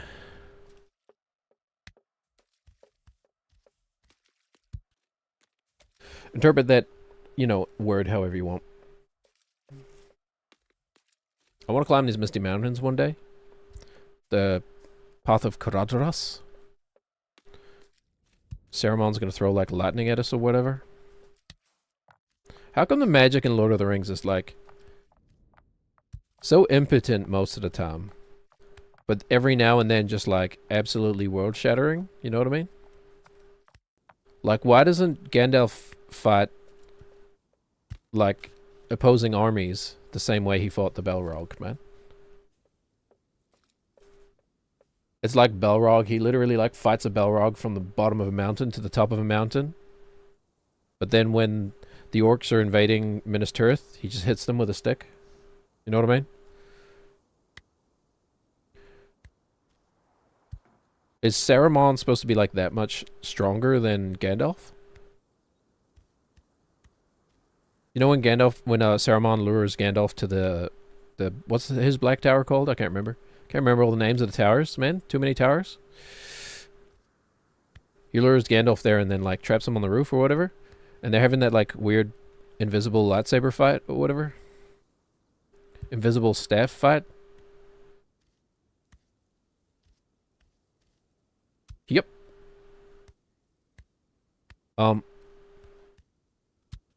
Gandalf holds his own there, but like, is that the extent of their powers? You would think like they would really have to dig deep and use like their most powerful spells, because they are like the two most powerful wizards in existence. So it should be like this huge conflagration, but instead it's just kind of like invisible lightsabers. Or not lightsabers, because they're not, you know, they're just kind of whacking each other with invisible staffs. Anyway. You know what I found what was really hilarious? The way that like so it's always hard to visualize magic or like portray magic in like a visual medium. You know, in books it's fine because it's like theater of the mind stuff, you know? It's like did a spell, you can imagine whatever you want and it can make sense in your head. But then once you start putting it on TV or in like a video game, it really starts to not make sense. You know what I mean? Like I've been playing with the wives. I've been playing I've talked about this before, but we've been playing what the heck is it called? Hogwarts Legacy, right? And we are playing it in a way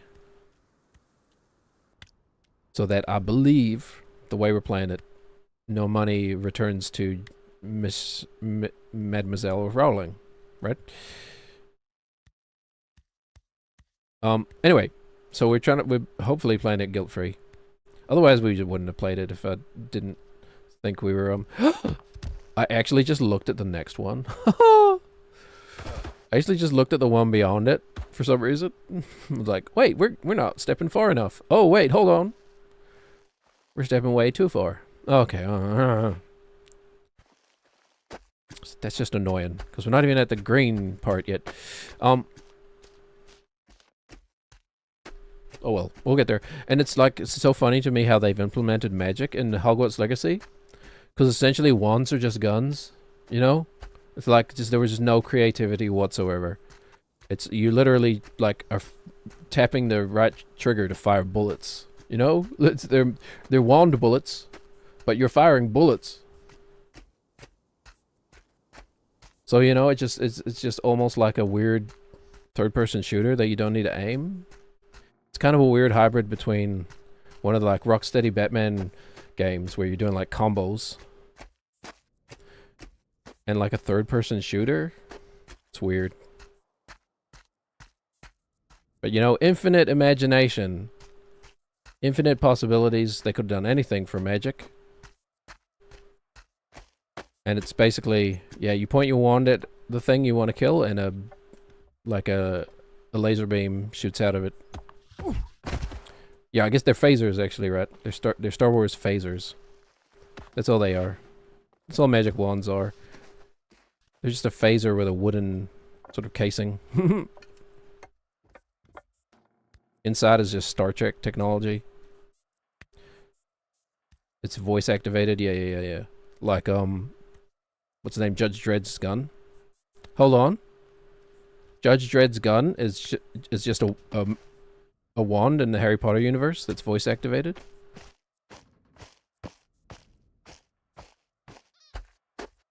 It's magic. Hold on, hold on. I'm legitimately gonna go check if I'm not alone. Hold on. Oh wait. Yeah, no, I should be. Oh. I'll be back momentarily.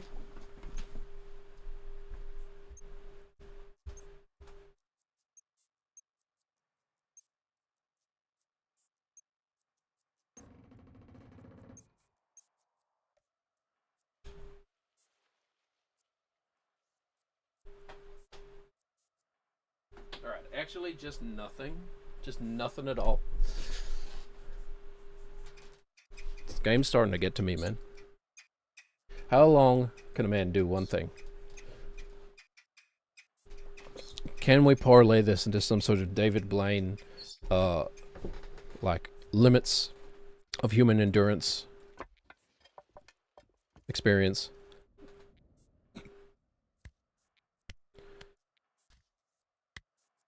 At a certain point, does it become more entertaining? Oh, hold on. We did like 3. There was a good one, and then like two quick ones, something like that. At what point does it become more entertaining? Like, what if we were doing this for a year? Like, in no way do I think that it would take me a year to do this, but just for the thought experiment of it all. What if it took a year? Does it become more entertaining? Does it become, like, self-sustaining? Do I start intentionally sabotaging?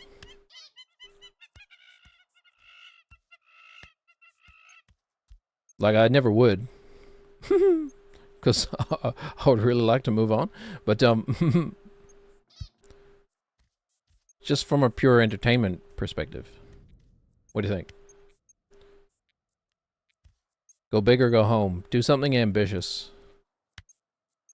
You know? Know what I'm saying? I think that's an important lesson. It's taken me a long time to really kind of internalize that if I'm gonna do something, I'm gonna try and do it big, you know? I'm gonna try and do it ambitious. Okay. I've written like, I mean, well, it depends. Depends how you count it, but like at this point I've written like probably like a dozen albums worth of musical material, you know. Very little of it is like, you know, actually actualized and published, but I've written a lot of music, you know. Cuz I've been writing music since I was like 13 or something. Used to just write stuff in Guitar Pro like 5. God, where are my Guitar Pro nerds at, man? What a special time it was. When like Guitar Pro 3, GP3 files, oh my god. It was all MIDI, but like still sounded really good somehow. Like sounded actually better than the weird like... Well, they probably have like AI stuff running it now, but... man, I miss those days. I miss the days of Guitar Pro 3. But anyway, I used to just like orchestrate like whole like albums in Guitar Pro 3. And be like hypothetical albums that I would record one day. Like my Elvis Laserbeam rock opera. One of these days I'm just gonna drop my Laserbeam rock opera, just, you know, just stealth drop it. Like they did Apex Legends.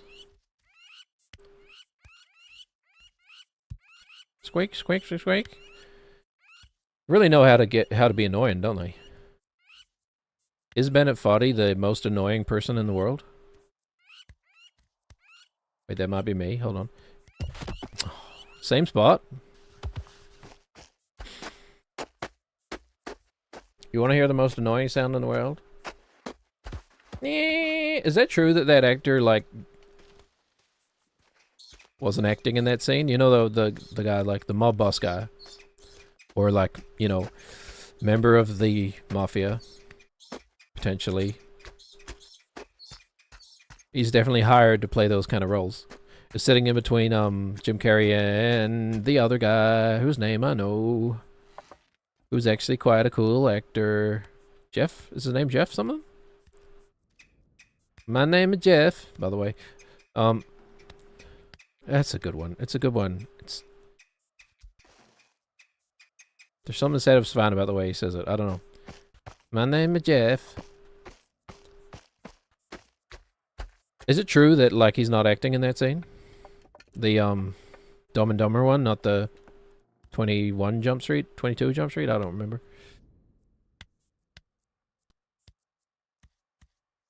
Like, he's genuinely annoyed at the... Jim Carrey is essentially just, like, riffing.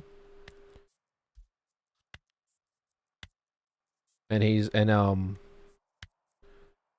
the other actor is just genuinely annoyed, telling him to shut up. I don't think that's true. That sounds like Apocrypha to me. That sounds like the kind of, like, marketing trivia, you know? Like, the kind of trivia that exists to, like, market a product and to actually be an interesting factoid. How many times do we just fall?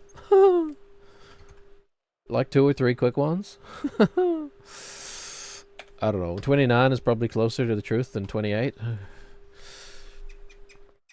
I guess that's how I'll face it.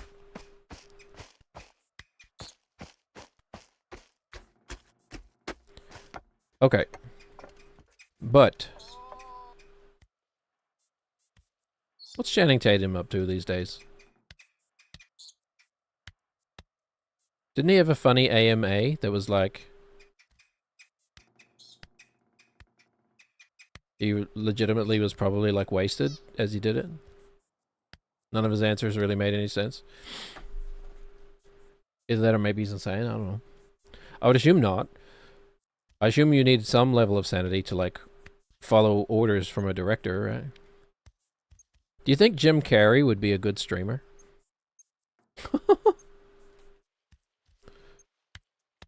Has Jim Carrey ever tried streaming? Like, he's got that, like, him or... Oh, Robin Williams. Ooh. How good would a Robin Williams stream be, man? It's my one wish. I wish to have Robin Williams back and like alive without the disease he had that basically drove him to end his own life. Not to get too dark. Whoopsies. Want Robin Williams back so that he can start a stream? What would Robin Williams stream? It'd be something stupid, I would imagine. It wouldn't be like League. You imagine Robin Williams streaming League of Legends? They're coming down. Oh, I can't do Robin. No one can do Robin Williams, is the thing.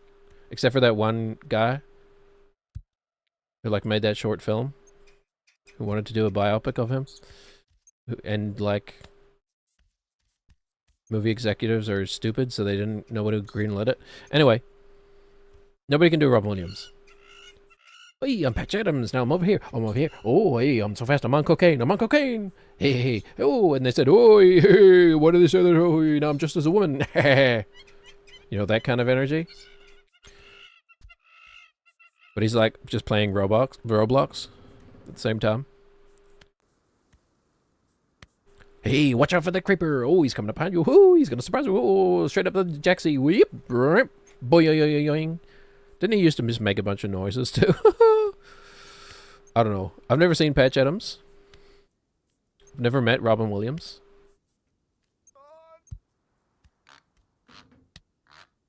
What was the other one like? What, the other one? Was this Mork one? Mork from Zork? Was that it? God, who the heck came up with that, man?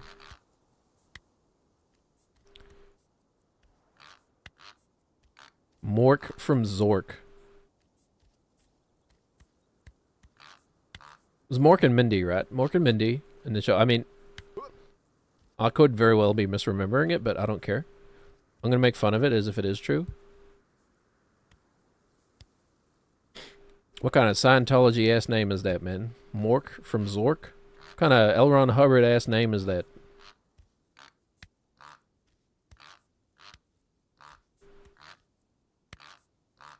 The L stood for loser. Loser Ron Hubbard. Versus winner Charlie Sheen. Ooh, man, we need another Charlie Sheen. We need another, like, cultural taste maker. Like Charlie Sheen, man. Remember Charlie Sheen could do, like, one interview and the whole world is going, winning! Winning! I'm winning! Charlie Sheen does one interview and like changes the world.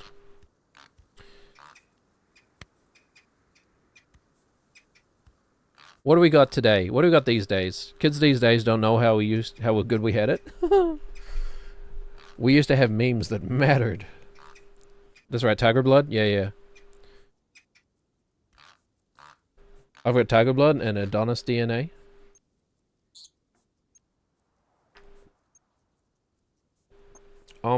What even is an Adonis?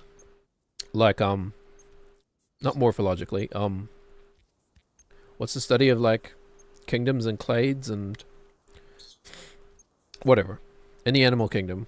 What actually is an Adonis? Is it like a kind of bull? Or is it just one of those weird terms, like, that we put on things? It doesn't really mean anything. Like a stud, you know? Like he's the stud of the litter. He's the Adonis. Let's be honest, it probably just means high in testosterone. That one has high levels of testosterone. And no fault is that, you know, like, just through pure luck. They did not earn that at all. But we're gonna treat them as if they did, thus creating a complex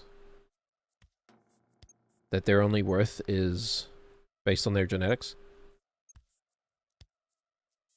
And then you realize, wait a minute, that's what we do to all women ever? Like, oh, yikes. Anyway.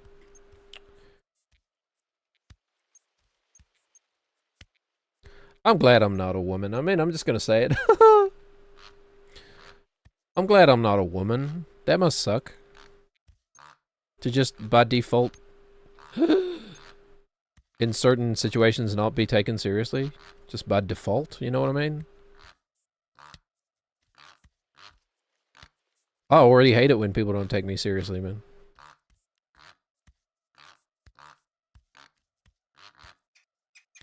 You know, it doesn't happen that often.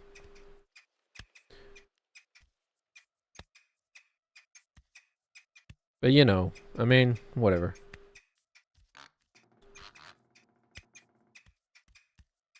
I wouldn't mind having a female body. That seems kind of nice. Like this one, I'm not too fond of this one. Kind of ugly. If you ask me. No, not bad, but...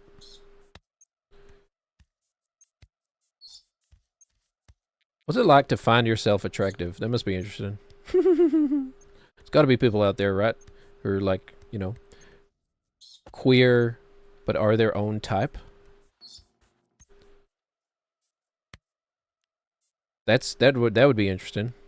Never leave the house, I suppose. But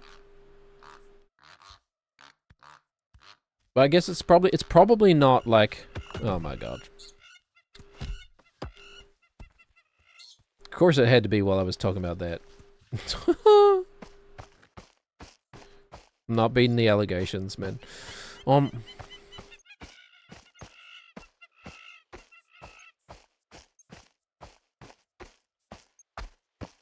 what that's like. Yeah, but I wouldn't want to live with the, like... Well, I don't know. I mean, I'm not one to, like, really rock the boat.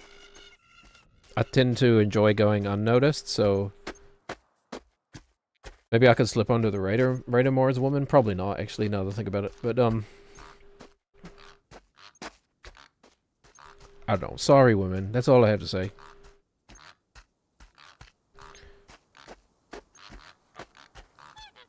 Sorry. Try my best. One of these days we gotta beat this man. Okay, hold on. We're halfway through the stream. We've improved upon our personal best. We certainly have improved upon consistency. I've gotten slightly more consistent at updating the attempts. I think that was just the one. Lift that foot, yep.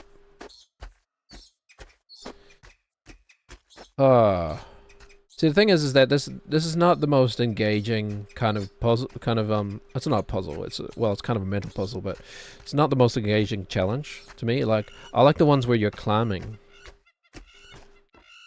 They're probably my favorite ones. Climbing, figuring out how to climb up. You know, some kind of structure. You get a chance to, like, fall down and then catch yourself on the way.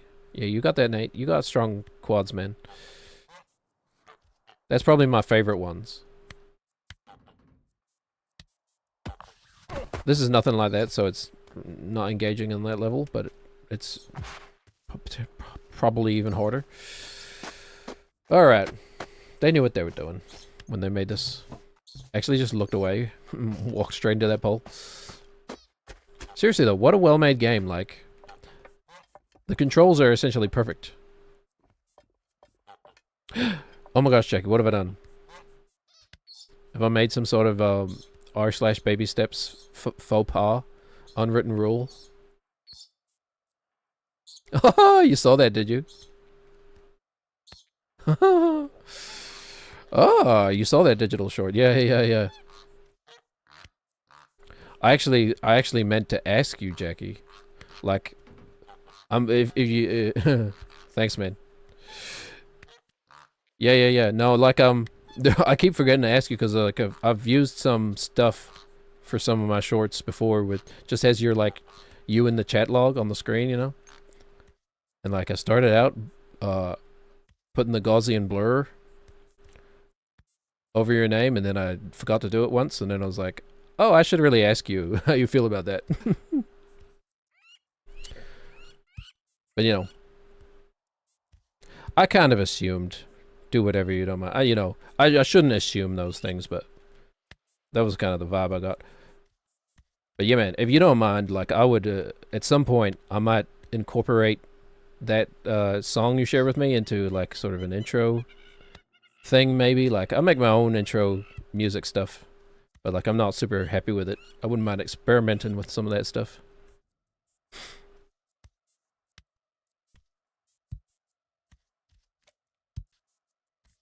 Because I've legitimately had that, like, that Jesus. I've had that rattling around my head, like, for a week now. I have to, like, satiate the beast somehow.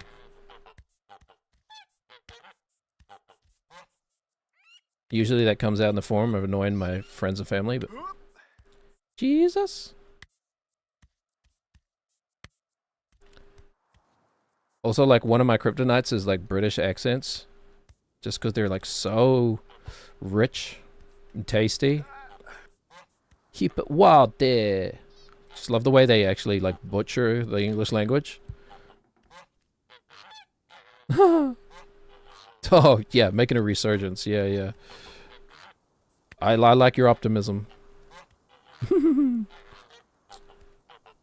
Song goes viral thanks to Elvis Laserbeam. You're welcome.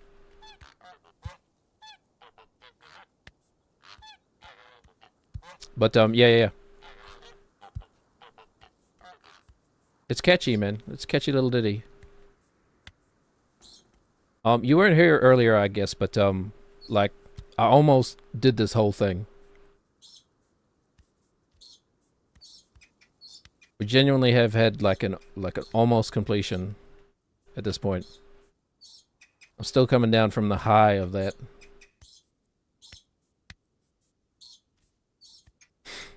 But, I'm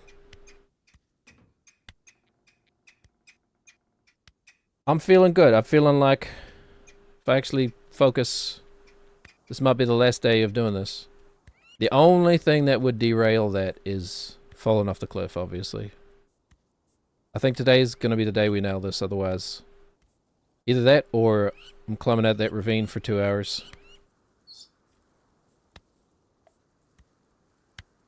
But otherwise. How are you, Jackie? Are you doing okay? I basically had like 4 days of being disconnected. I haven't really followed any news. I've mostly been busy, man. Had a busy last few days.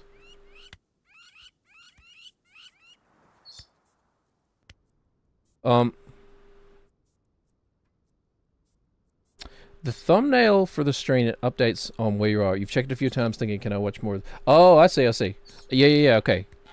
Yeah, I don't know how any of that works, but I guess, like, okay. So it previews for you kind of where I'm at in this challenge or whatever.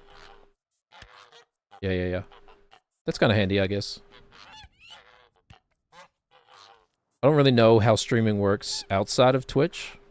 Twitch is kind of the only streaming platform I've really engaged with as both a consumer and a quote-unquote creator.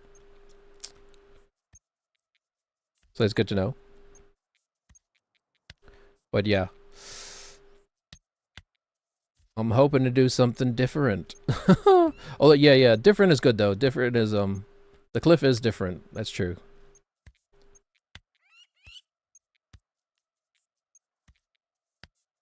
But confidence is at an all-time high.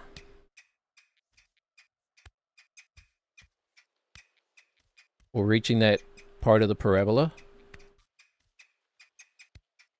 where it's no longer like zone of proximal development. It's actually just performing what we've practiced. You're good, by the way. I've been playing Elite Dangerous on a 4-month long trip in-game. It's fun. Okay, so hold on.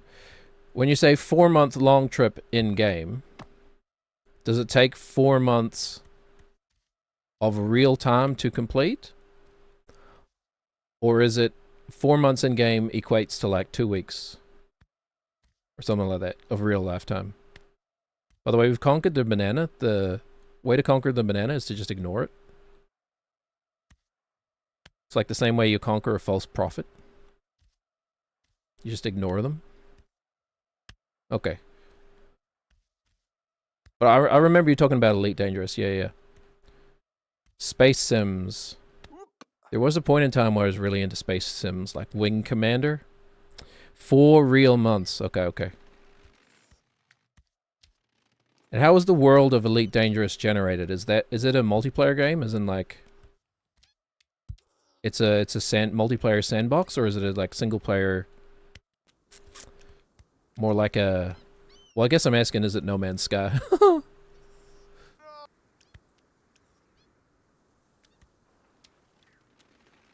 Okay. Yeah. I haven't really been into Space Sims since like Wing Commander era. Mark Hamill is John Wing Commander. But like there's a big gap in my Space Sim experience from like Wing Commander to like No Man's Sky. Did you ever play No Man's Sky? I think they you'd never really have like or maybe you'd have a 4-month trip. If it was like across the galaxy, I don't know. If it was across the galaxy, you might have a 4-month trip in No Man's Sky. I actually don't know. Tends to more be like hopping from like planet to planet, I guess. But I just wonder if that would scratch like the same kind of itch. They don't make those space games like they used to, man. There used to be a ton of them in like the 90s. Like a lot of Star Wars ones. And then there were ones that focus more on like the combat versus like trading and exploration and resources and stuff. Then there were Star Trek games. Gave it a brief 1-hour play. Okay. That's No Man's Sky. Yeah. I mean, it's Minecraft in space, right? That's essentially it. And like, I guess there's space. Is there space combat in No Man's Sky? I don't know if I ever played long enough to get to space combat. There might be. But yeah, it's Minecraft. You currently do not have an active public live stream on YouTube. That doesn't sound good. Oh, I'm gonna give it a minute. Hold on. Let's just get to the concrete here, and then I'll investigate that. Probably just a bug in Caster Labs, I'm guessing. Interesting banter to talk about. Holy shit. It finally happened. Hold on. Wait, now I am connected to YouTube? What the heck is going on? Okay. Oh, I was so excited. I was so excited to get back to the green again. Wait. Glasses check. So my dad came to visit me the other day. This is a true story, man. Sometimes I talk about this because I talk about like how normalized it was when I was a teenager in like 2004. How normalized it was to just like use the word gay as a pejorative. But my dad came over, you know, like we called everything was gay. Like by default, if it was bad, it was just, it's so, I saw that movie the other day. It was pretty gay, yeah. God, man, kids are awful. Glad I grew out of that one. That and like, remember sagging? Remember sagging your jeans? Holy, 90s kids assemble. Sagging, what a weird thing, especially in like a country like New Zealand, which is so far removed from the origins of that as like a cultural, a sort of, where did the glasses go? Oh, I'm wearing them. that old chestnut. As like a cultural phenomenon. Oh, your friends sagged, but you never did it. Yeah, I did it. Oh man, that is like a cringy memory, man. Cause it's like it's such a like worst case scenario of like kids misunderstanding something and thinking it's cool. Yeah, I did it, man. You know what? This is a true story, by the way. Before I tell my other dad story, this is a true story. I sagged in school, right? And we had to wear a uniform. What if I had to run? Exactly. Yeah.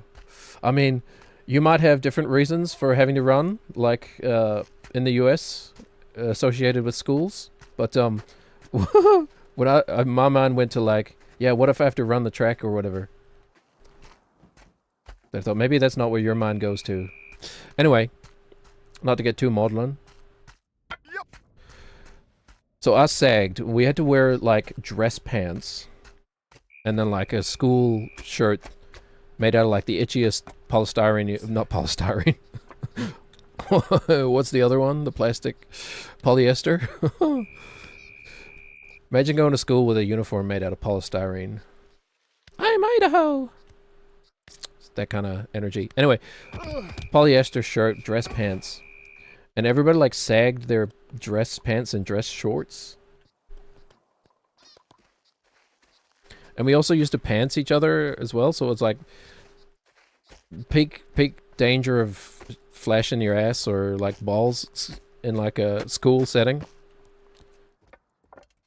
We made it easier on there for some. I actually, oh my god, I'm having flashbacks. I actually knew someone who used to wear like briefs.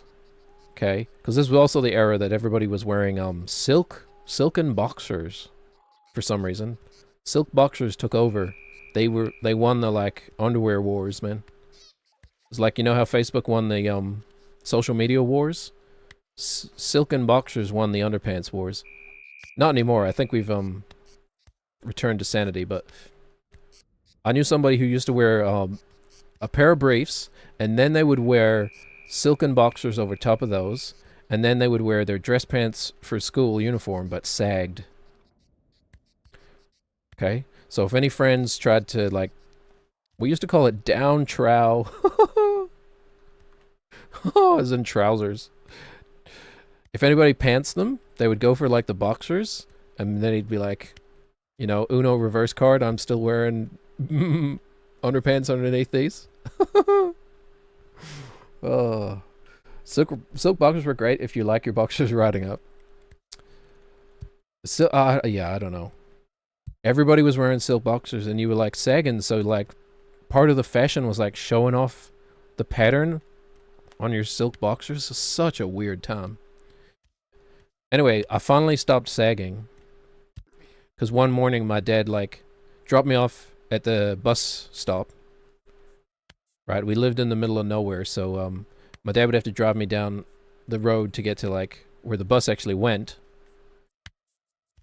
And I was like sagging, but you had to have a belt to sag, of course, because you had to like cinch your pants at some point, just lower than normal. So I was sagging with my dress pants and my silken boxers, and then I leave. I'm like, okay, see you, Dad, and I'm like a moody teenager, so I'm like, fuck off, Dad, in my head. And then my dad comes over and he's like, you gotta pull up your pants, man. And I'm like, no, Dad, it's cool. Everybody's doing it. And he's like, no, you really gotta pull up your pants. And I'm like, Dad. And then he like takes off his belt. Yeah, oh yeah, I wasn't wearing a belt. So he takes off his belt and then like just like whips it around me and cinches it up. And he's like, no, trust me. You need to. And then I get to school and I realize like the silken boxes I'm wearing are like completely split. I didn't even know. So they're like pre-split. So I'm sagging just like with split underwear. Just showing my ass, essentially. And like, thanks, Dad, for catching that, because that would have been like social kryptonite. There would have been no coming back from that one. You know, that's just like, well, I'm going to a different school now. Burn it down, start it over fresh. Anyway, silk boxers, man, what a mistake.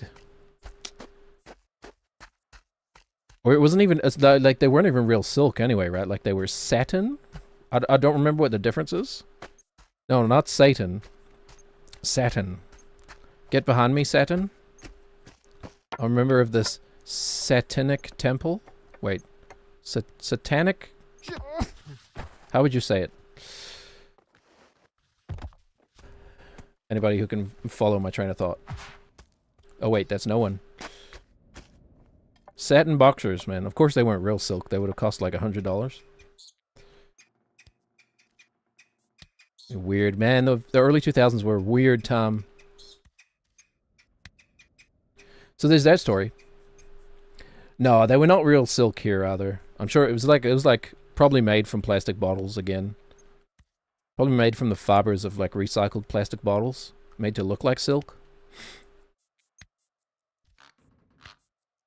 My dad tried them on once. He was like actually allergic. Like had a reaction to satin boxers of all things. He used to be like, "Why do you kids wear these, man? They're like the least comfortable underwear I've ever worn." And we're like, "Shut up, Dad. You don't know what a trend is. You don't know how to be trendy. You don't understand. If I don't show my underwear to the world and potentially my ass, girls won't like me." You know, that's how it goes. That's how teenage boys' minds work. I had a girlfriend that bought silk sheets. You could toss a pillow and it would just slide off the other side of the bed. Oh, okay. So, is real silk? I don't know if I've ever actually had contact with real silk. Don't know if I've ever actually touched that in my life, other than like cleaning up a spider web or something. Is real silk? I imagine is like very smooth, right? Like it is slidey. I don't know. Or is silk like is silk just like overhyped? Is it one of those like bougie things like caviar, right? Like I've had genuine real caviar out of a fish that like was caught that day. And then I could take it or leave it. The silk like that? Very hard not to ruin while cleaning too. Oh yeah, of course. Yeah. Makes sense. I imagine you put the wrong detergent on a silk sheet and it's forever like bleached. It'll just have like a weird stain on it forever. Must be hard to like dye silk. Is that the kind of thing you want though? Do you want your bed to be slippery? Is that, I don't know, is that a buff or a debuff to the bedtime activities? Like sleeping. Oh, okay, Nathan. All right. Yeah. Just slide right off there. Yeah, good boy. It's been polishing his heels. Get out the pumice stone. You know what you need to do, Nate? You need to take a knife and run it over the bottoms of your feet so that you get horrible scar tissue all over your feet and increase the grip. That would really help me out, Nate. Just mutilate yourself a little bit, please. You know, what he deserves. Anyway. It was fun for about one night. Yeah. It sounds like the same kind of thing as like a waterbed. Like every boomer's wet dream as a waterbed. And then it's just like, oh wait, this gimmicky thing turns out it's a gimmick. Yes, yeah, great minds. Not that I've ever tried a waterbed, but I have fallen asleep in the bathtub. That's pretty much the same thing, right?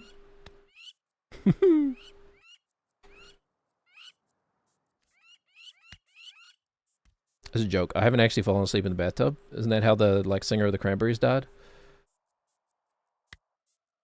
Is that the right person I'm thinking of? I can't remember her name. That would have been my brain affording her too much respect to remember her name.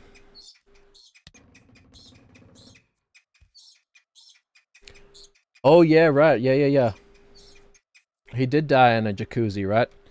I mean, what's his name? My hero, Matthew Perry. A hero to sarcastics all around the world. Sorry, not sarcasm. What is it called? Matt speak? That's a different topic. I think though, yeah, I was just gonna say that, Jackie. Yeah. I think drugs might have had something to do with it. In both cases.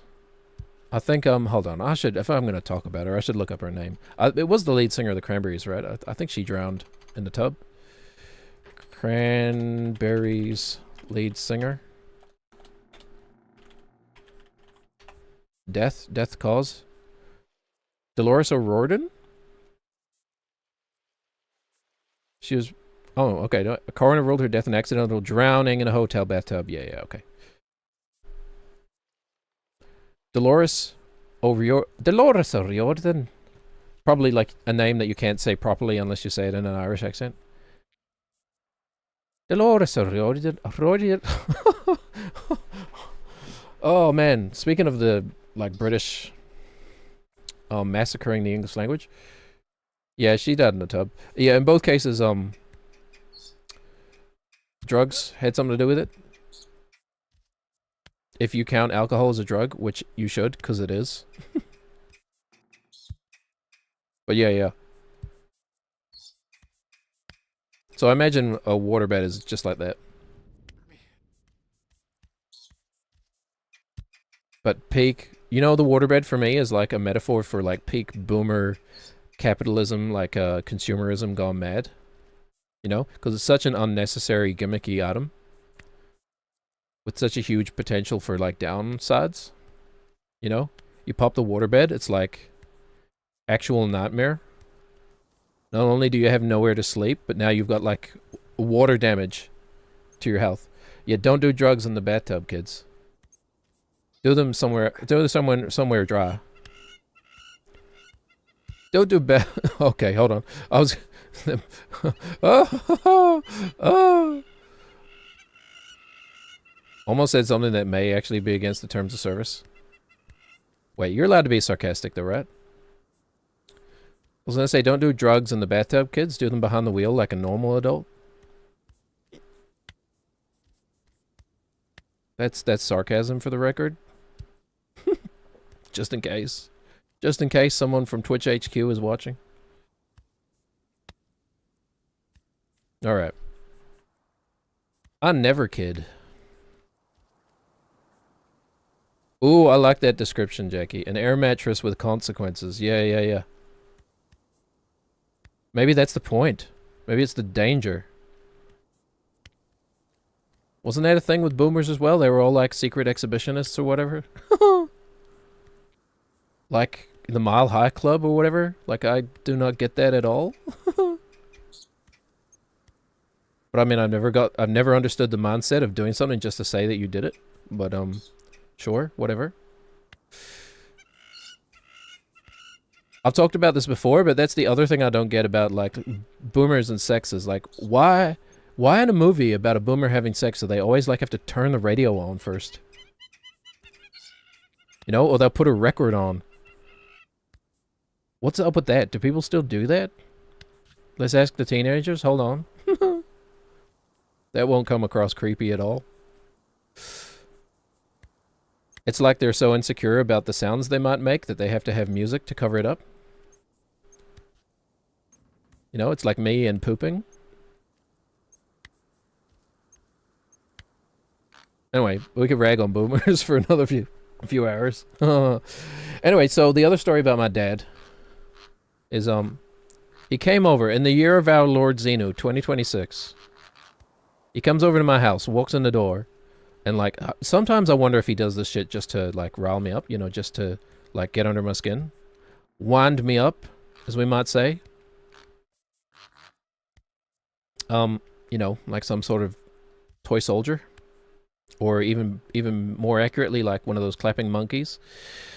But that's the spot where I like looked at the wrong one.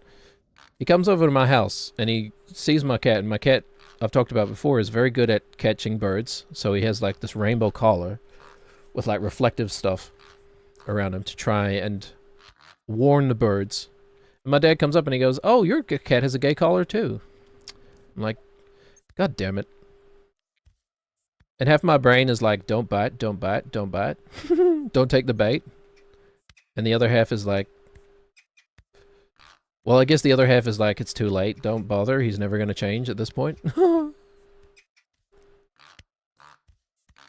So, I don't know. But he definitely does it just to get under my skin. But he also genuinely thinks he's being funny? I don't know.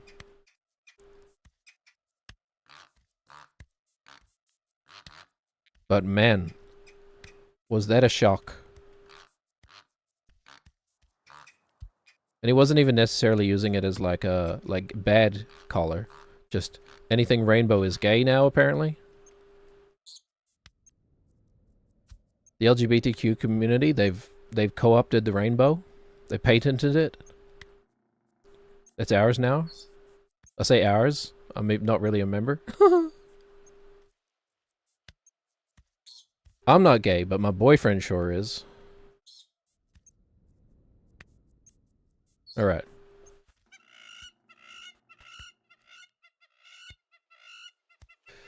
Pillars of Doom. Oh yeah, we fell at the, oh yeah, I didn't update it either. Oh, we're definitely into the 30s. 31? 31 attempts? Plus whatever ones we did before I remembered to start counting. What's our 180 like? Hwah! Hwah! Hold on. What's Nathan's 180? Pretty good, man. It's pretty fast 180. We're getting shot from behind. Wow! Get turned on. Okay. Also get turned on. I vow to never fall at that concrete step again. Actually, might be the most soul-destroying place to miss. Because getting to the green is a nice little change of pace. To almost get to it, and then, you know, it's something, but... The other thing about my dad is that he's somehow... My dad was, married when I was born. And then not married shortly afterwards. Oh, that's not true. No, technically he was still married for like 20 years, but separated anyway. And a single dad for, I don't know, single dad for 19 years. My brother left home at 18, and then I was with my dad for another year, and then I left home when I was almost 18. Yep. So my dad was a single dad for like 18 years, and then single for like another 12 years maybe. Maybe even longer, I don't know. But he's recently started dating again, which is weird. Weird, but like, I guess good. I don't know. He's happier than he's been in a long time. So that's good. But he's dating again in his 60s. And he's got a long-term partner at the moment. Not to like jinx or anything, but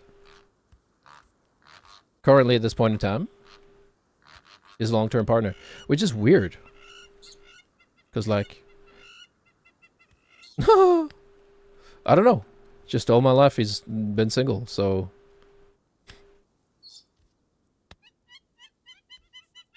Nothing against it, you know, whatever. Be happy, I don't care.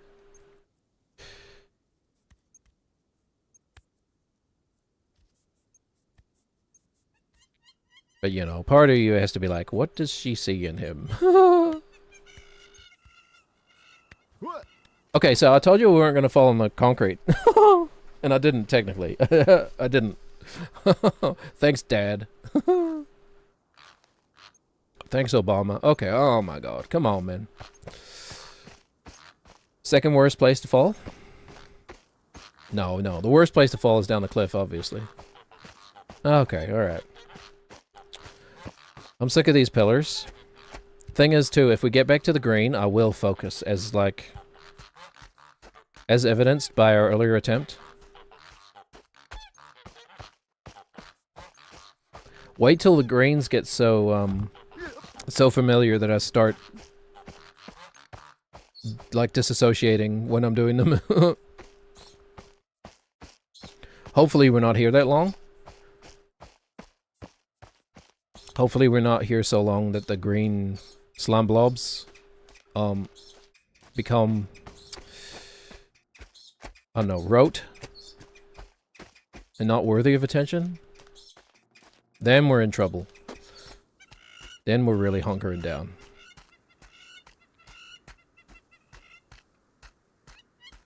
Okay. An hour and a half. We've seen the light at the end of the tunnel. I need to just focus on it.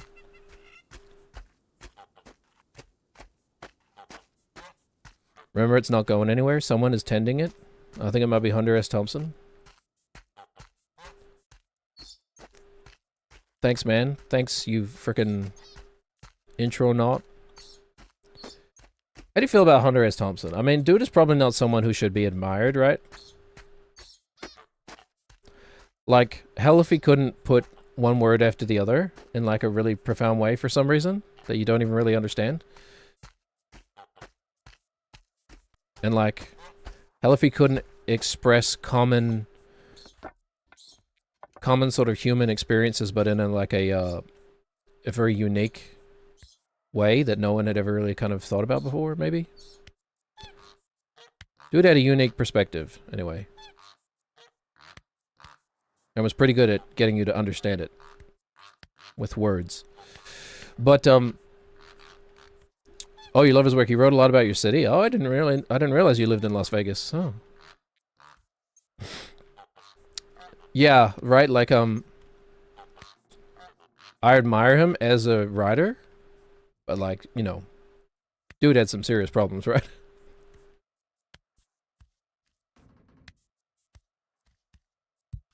Yep. But, like, I don't know, is he a pioneer of sorts? Like, I don't really know anything about, like, 60s drug culture. I just imagine it as, like this sort of hippie Garden of Eden. That the cruel American government came and trampled all over. No, that's, I mean, not Vegas, thank God. Yeah. No, drugs are like, you know, addiction truly ruins people's lives. I've seen it firsthand. But he was an entertaining writer, yeah.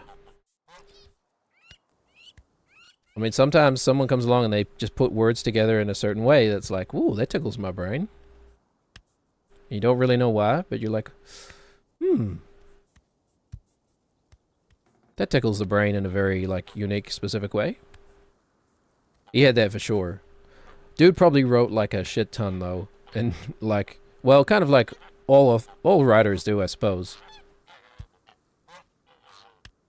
It's like that, writing is kind of like that phenomenon where you only see, like, you see the finished sausage. You don't see all the waste that went into it.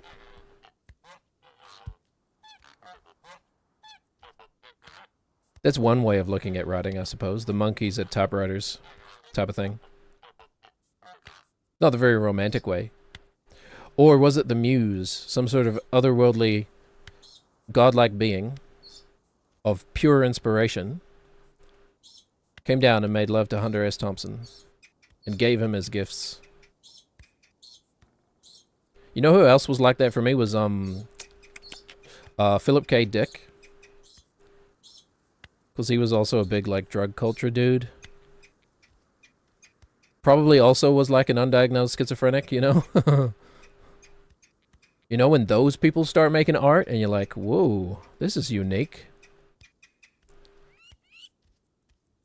Like, there's some lines from A Scanner Darkly that, like, come into my head probably on the daily, man.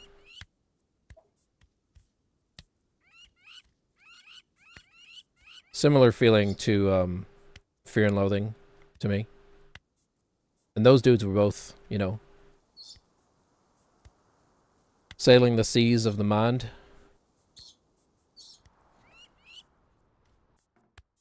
I don't, we've talked about this before, like, I have no real desire to do, like hard drugs. Like, drop acid or whatever.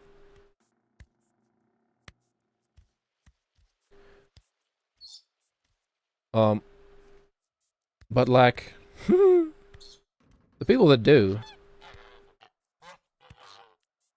Well, maybe I put it like this. I had a friend. This is a true story. So I used to teach. I guess I won't give away too much details, but there was a friend of mine who was about the same age as me. A connection I had through when I was actually a working high school teacher instead of just a pretend one. He passed away from cancer a couple years ago. One of the things he wanted to do before he died was take acid. So he took acid, and you know, like he said it was like, I mean, he at this point, like, he had survived cancer for quite a few years at this point, but like was always living with the threat that, like, you know, he could just pass away, which, you know, we all do. But obviously there's a difference when it becomes, the immediacy of it is much more in your face. Anyway, he was like, well, whatever, I got cancer. What have I got to lose? I might as well drop acid. So he dropped acid, and he said it was great. And I'm not, like, I'm just telling a story. I'm not advocating for anything. Like, actually, legitimately, I don't advocate for anything, really. Well, that's not true. I advocate for education. And that's pretty much it. Everything else I think is good about the world should follow from that. But anyway,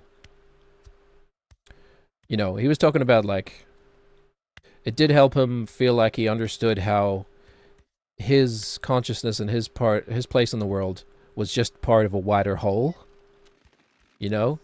And that, because that ultimately is kind of one of the things that is very scary about death, is that, you know, you live your whole life just inside your head. That's it. Oh, just learned that Thompson's friend, Dr. Gonzo, went missing in Mexico in 1974. Well, that sounds about right. Because that is essentially, that's the, is that the character that, Benicio del Toro plays in Fear and Loathing? Like his lawyer, right? Yeah, that does sound like something that would happen. Yeah. I think peyote would probably be involved, I would imagine. In the desert. Just tripped so hard he, on peyote, just disappeared into the desert. Is there a more manly way to go? Like, that's up there with, like, dying and bleeding out in the snow, right?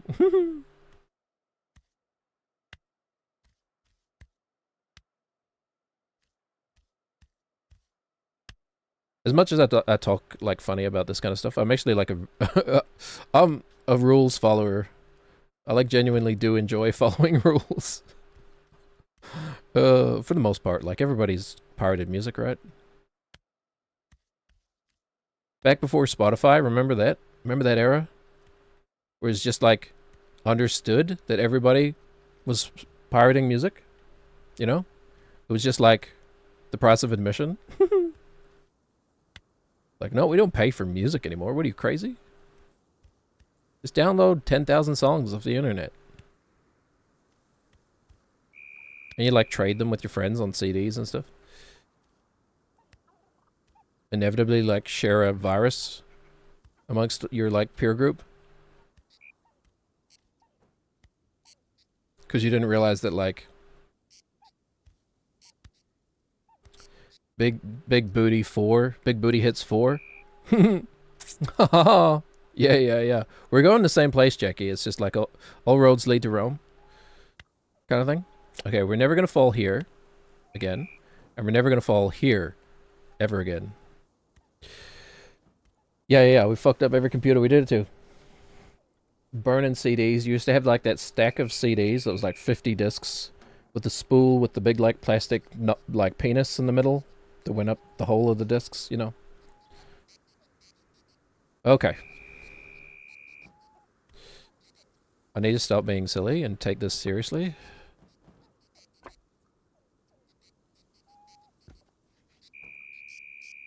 Okay. I do think I'm better at this.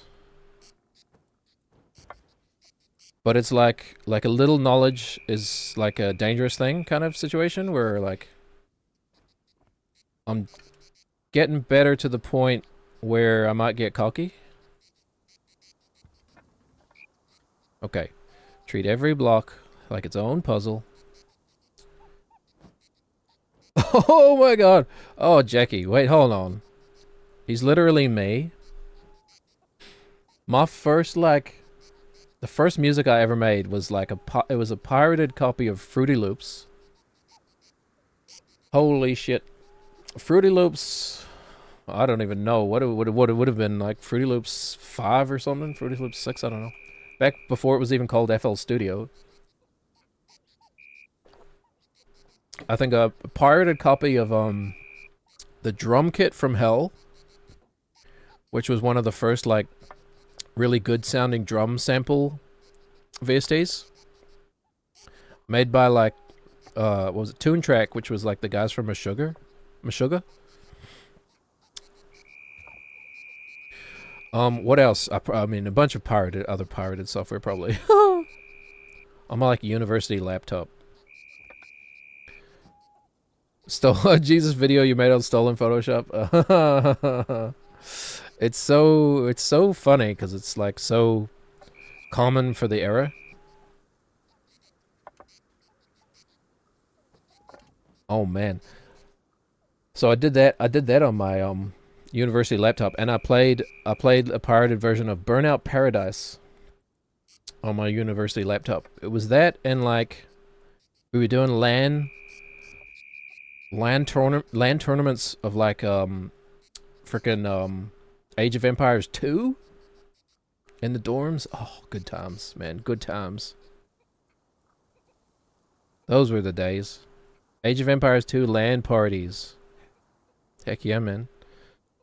And pirated software. Those were the days. And then they solved all that with subscriptions, and now we have a perfect ecosystem of software where everyone is happy, both consumer and producer alike.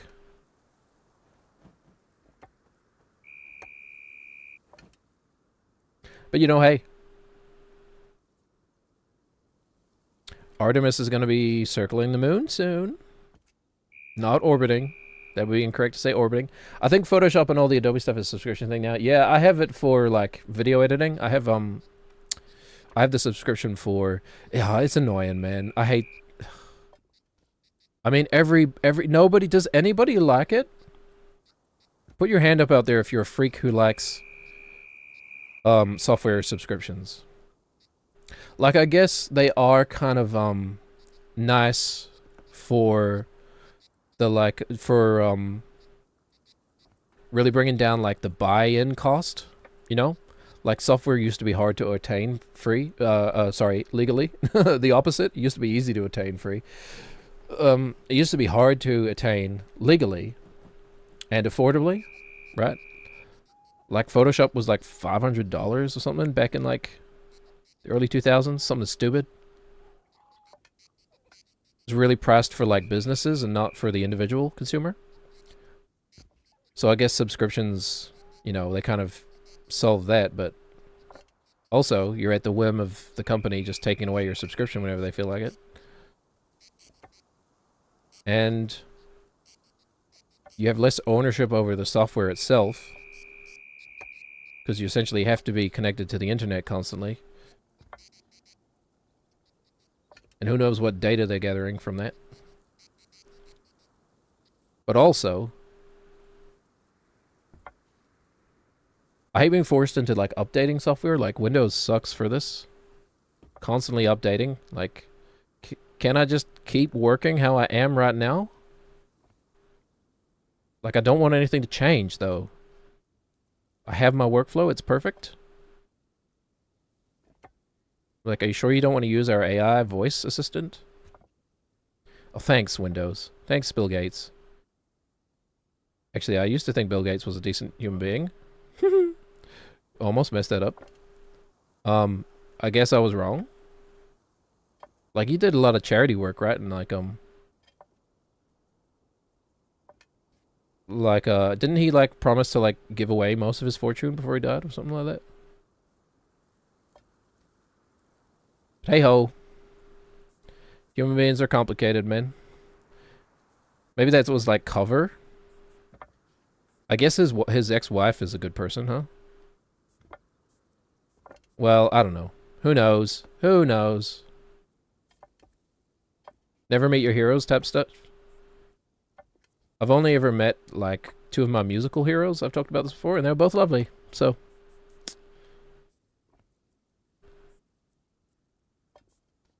I guess the sentiment is more she is so hot. Who? Melinda Gates?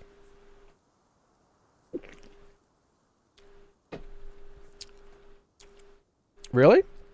I honestly can't say. I mean, like, I may genuinely have like some mild face blindness. I've said this before, but like I remember people more by their voice than by their face. I couldn't even conjure up like I can't conjure up what she looks like. She's got to have had plastic surgery, right? And that's always like a turnoff for me. Plastic surgery. I don't know what it is. It's like the uncanny valley. Like I already find it hard to tell people's faces apart, and now you got to do this weird ass trump card on me. Like now people look like mannequins too. What the hell? But she's playing average. Nothing wrong with playing average, my friend. I'm always happy to be average. You know what's funny is that like when like if you ask people to rate their attractiveness on a scale to like 0 to 10 or whatever, they'll almost always choose something above 5. You know, they'll be like 6. If you have like a low, I guess like a low, let's just say low self-esteem, and you don't have a very good like image of yourself, you're still likely to like do like 5, 6 at the lowest. It's almost like never do people like rate themselves like at the bottom of attractiveness scales. When it's like, well, somebody has to be, like, literally that's how the scale works.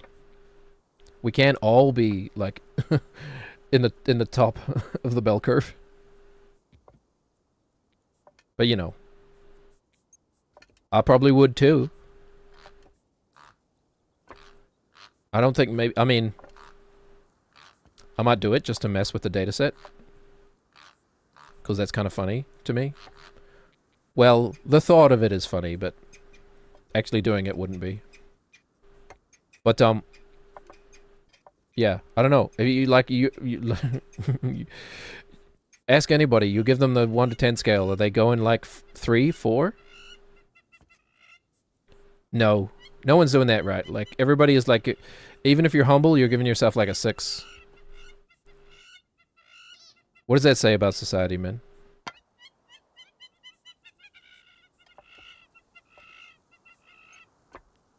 You know what's weird to me is that, like, there's the notion that, like attractiveness relates to, like, health, essentially, right?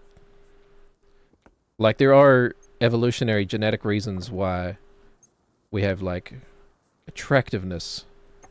Why we're attracted to, people who look a certain way. But I thought that was, I guess part of it is learned as well. Because my understanding was that that is related to, like, fertility. I guess if you're, like, a slave to your... If you're an unladen slave to your genetics, then maybe that's true. But, it can't just be that, right? Like, it can't just be, like, a biological imperative, because what is attractive changes over the years, right? Like, you go back and look at, like, oil paintings, and all the women are, like, actually, like, quite large, you know? Like, what's a kind word? Buxom?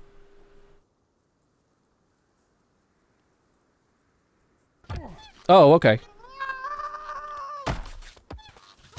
Hey, look at this. Here we are again. That was kind of a weird one, eh? I'm not exactly sure what happened there. His legs just lost all strength. We used to be good at this. Yep. Okay, well. The glasses hurting skills are still paying off. Change, yeah, change of scenery. Yay! You know what the thing is that like I feel like. Hold on, are those getting stuck? No, they go around. Oh yeah, I forgot we can kick. Oh, I don't want to be here.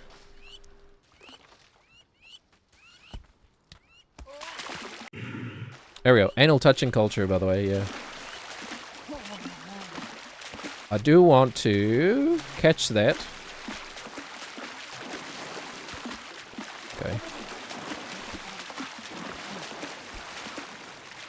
When you learn the truth as to why they put this like glowing rainbow thing on, this is actually perfect. Okay, now we get to first try this climb.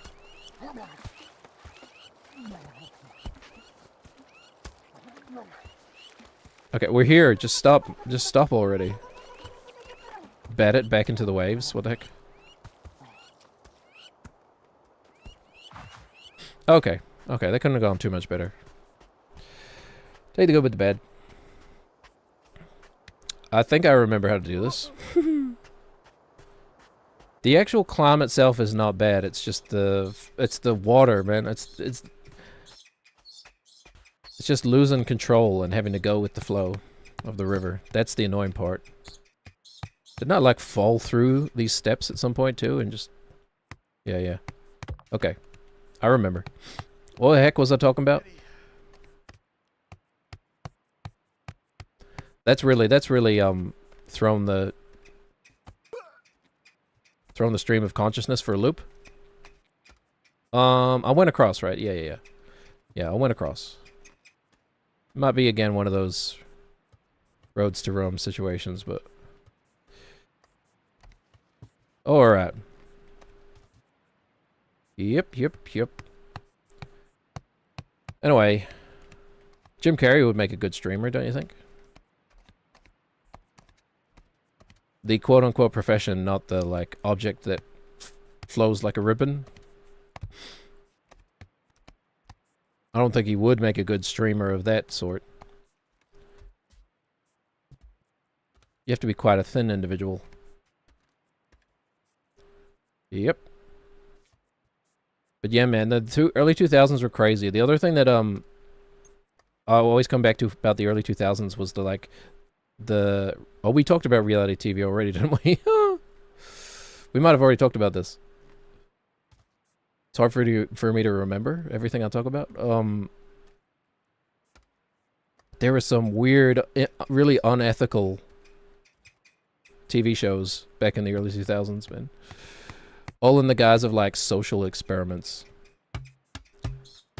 Like the one that was The Bachelor, but no, The Bachelorette. It was a version of The Bachelorette. The setup was anyway.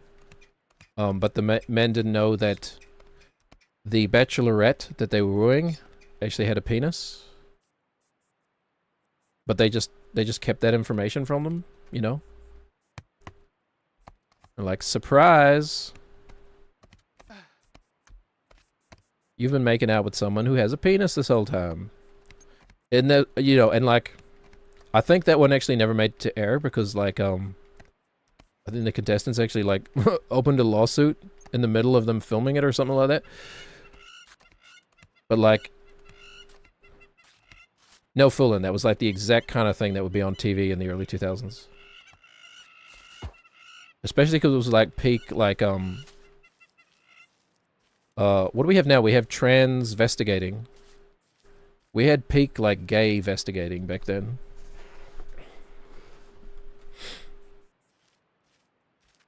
So, like, you know, being gay was, career poison. Unless your career was kind of predicated on the notion that you are gay. You are gay. Homer Simpson looking at the, oh, we're doing, Darmok and Jalad. Homer Simpson looking at Globe. That's my coded way of calling someone gay. Homer Simpson looking at Globe.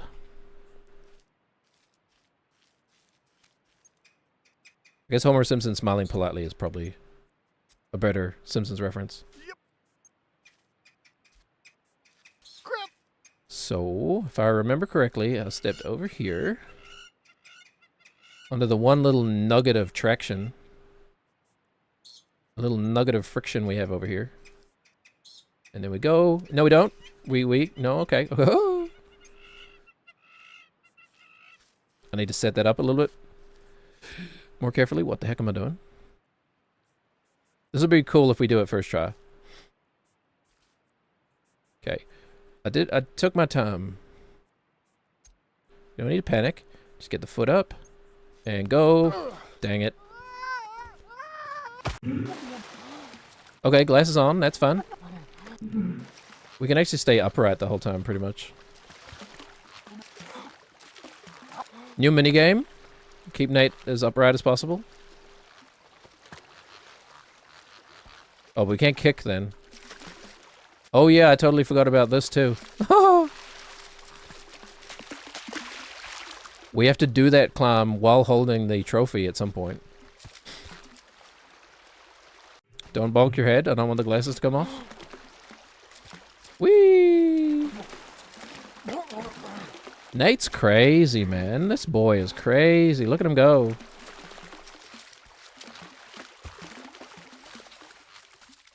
Nate at the party, and like someone's offering him shrooms, and he's like, "Oh, no, you just go ahead and you go ahead and you take those. I'm fine." And then the donkey is like, I don't remember the name. Sorry. Like, are you sure, Nate? Are you sure, Nate? Like, it might really just like cure your social anxiety. Like it cured Moose's social anxiety like in one go, and now he's like a really happy guy. Oh no, that's fine. You eat all the mushrooms. I'll be over here. Okay, I'll be sober. It's fine. All right, Nate. If you sure, mate. Yeah. No, I'm good. That'd be Nate for sure. Anyway. He's a freaky boy. I thought I was the dog chasing cars, man. I think Nate is the real dog chasing cars. He really does not know what to do with one when he catches it.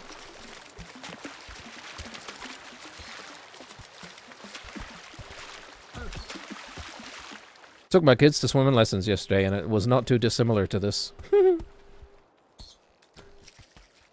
No, they were actually they're surprisingly good. Which is, I guess, is a weird thing to say. I know my kids can swim. I've been swimming with them. I've helped them practice swimming. It's not like I just threw them in the pool and we're like, oh my gosh, they can swim? What the heck? I was surprised by how, good they were at swimming. And how, easy it was for them to follow the teacher's instructions. I thought they would struggle with certain things, cause when you do teaching lessons, your kids have to, demonstrate, certain skills, that they can hold their breath and stuff. Which I know my kids can do.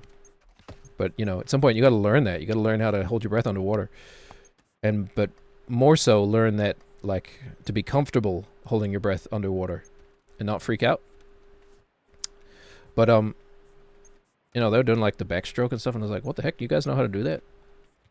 The teacher was like, gonna hold on to this, you're gonna lie on your back.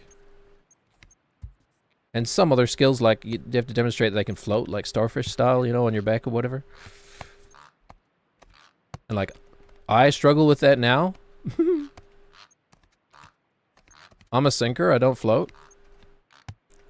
If I was ever on a shipwreck, man, I'd be, if I had to tread water, me and everyone in my family would be like, I guess this is it. We better start saying our goodbyes. And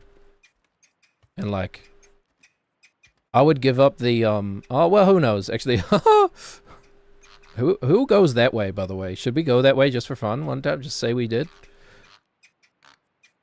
Wait a minute. Didn't I say that I don't understand people who do things just to say that they did? Well, I'm literally playing the game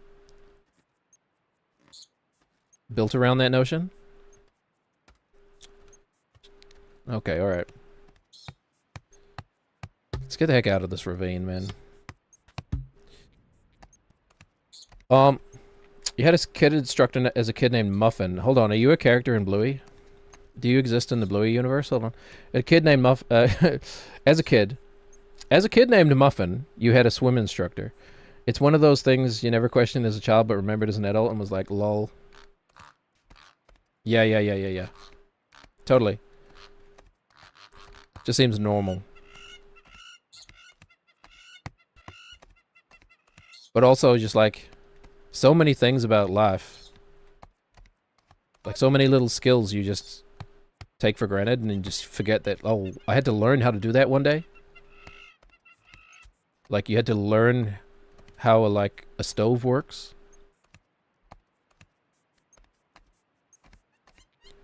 You know? Simple stuff. You had to learn that green means go and red means stop, even though it's entirely arbitrary, I guess. Is this some sort of natural, or like, I guess I shouldn't say natural, maybe like evolutionary reason for why red should invoke a feeling of like stop? Because it's associated with danger, maybe, I guess?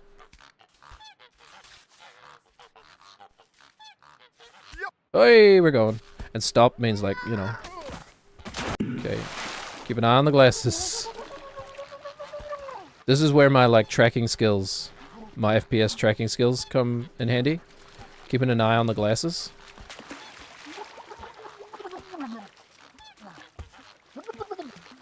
So I've never had a yeah, who names their daughter Muffin? Yeah. One of the dogs in Bluey. Ooh, swim instructors picking their name like strippers. Huh. That's an interesting take. I never thought about it that way. So I guess for me is that when you're stripping, you're performing, right? So you're putting on the veneer of a performer, so that you can go home like this is almost said something that's gonna sound insulting to strippers, but I don't mean this as being like specific to strippers, but just to anybody who performs. Present company included. But like how when you perform, you like might put on a persona so that you can like compartmentalize the outrageous things a performer might do with who you really are when you go home and look at yourself in the mirror at night.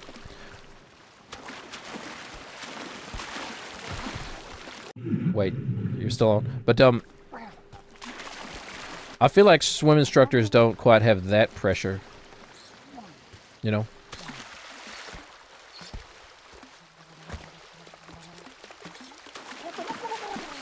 Oh, you're a swim instructor? How do you sleep at night? Or even better, you named your child Muffin. I don't know. I mean, I have to imagine that maybe that was a nickname or not literally named Muffin. I don't know.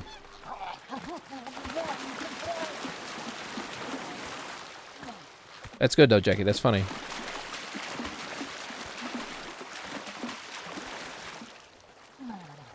Okay. Try again. I guess it is a nice little change of pace, because it's not really that hard.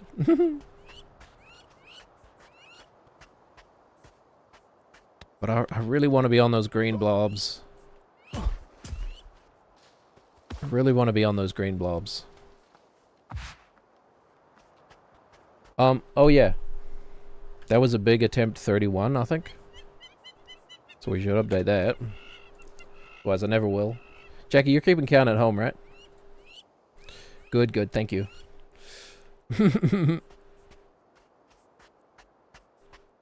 Wait, why does it still say 30? Oh yeah, you gotta click OK and not cancel. It's like basic basic computer functions that I've known since I was literally a child. It's not locked in until you press the OK button.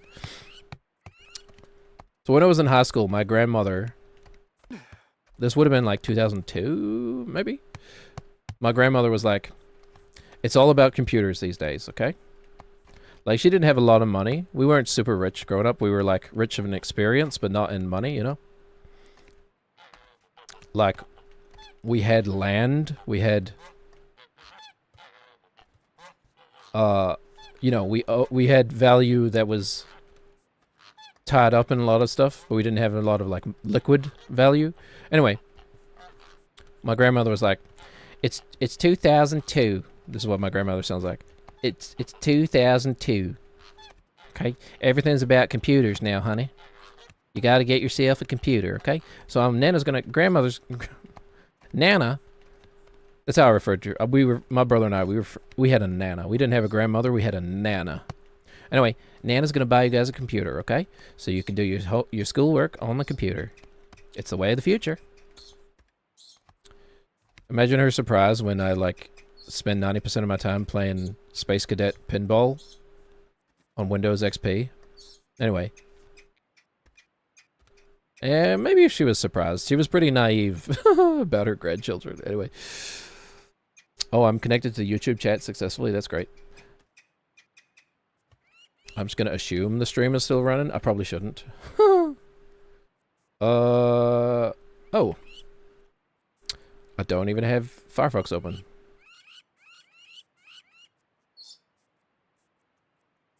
Let me do that. Someone's watching on Twitch. That's me. Channel dashboards. Live? Hold on. I must be live because this has been closed for ages. But Jackie was still chatting. Yeah. Okay. I'm still live. Good you did. Kind of important. Anyway. She brought me my first computer, and that was a Diablo 2 box. You know what's funny about that is, so my brother went to school 1 year ahead of me. Okay. And so he did his first year of high school, did everything by hand, no computer or whatever. Didn't have access to a personal computer. I'm live. I'm live and alive. Having a good time. And so when I was going to school, the school I went to, they always did, your first year of high school, you always did the same science experiment, or like report, I guess. It was always a botanicals report. So my brother did it his first year of high school. Had to actually collect flowers and collect leaves and stuff and put them in a book and then write down their Latin name or whatever and like the properties of the plant and blah blah blah blah blah. He did his by hand. Maybe, I don't know, a year before I did it anyway. And then I had to do the exact same science report. Guess what I did? My grandmother bought a computer. I took my brother's report from the year beforehand. I basically topped it up into the computer, and I submitted it. So essentially just submitted my brother's report from the year before, but topped up. Got like a much better grade. Oh, that's one of the like peak pleasures I got out of if you have siblings, you know what this is like, but like that period where you're like competitive with your, oh god. You're competitive with your siblings. And it's like, you know, you hold on to things like you can hold over them. Because it's funny. Like, haha, look what I did.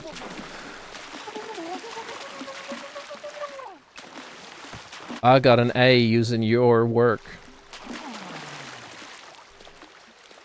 And you got a B. Because your handwriting sucks.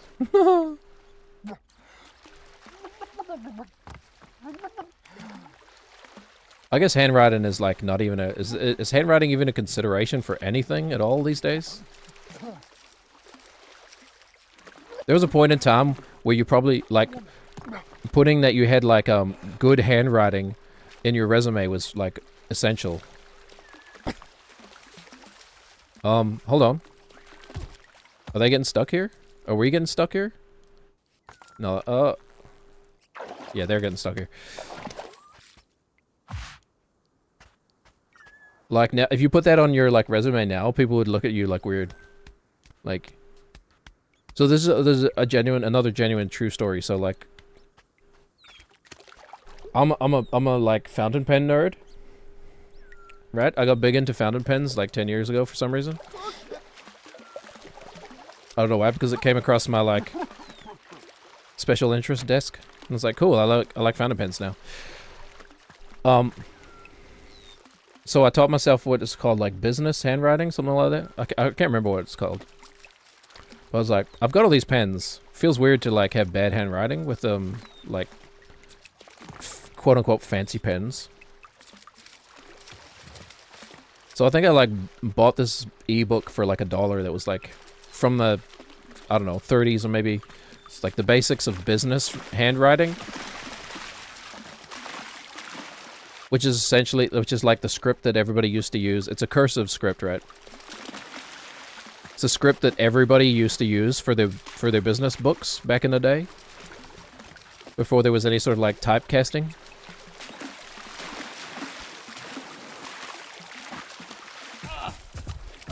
But that's just what you did, you know? Like if you wanted to run a business and keep records, you just needed to have someone with good handwriting to write all that stuff down. But that particular type of handwriting was taught because it's the most riveting topics, by the way. We have the most riveting topics here.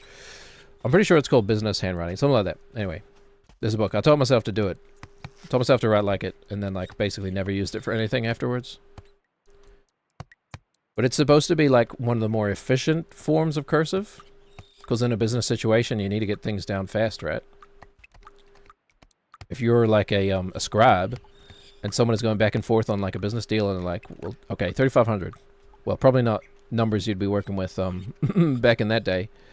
We'll buy it for $100, $100, 110, and you're like trying to mark down the minutes. But anyway.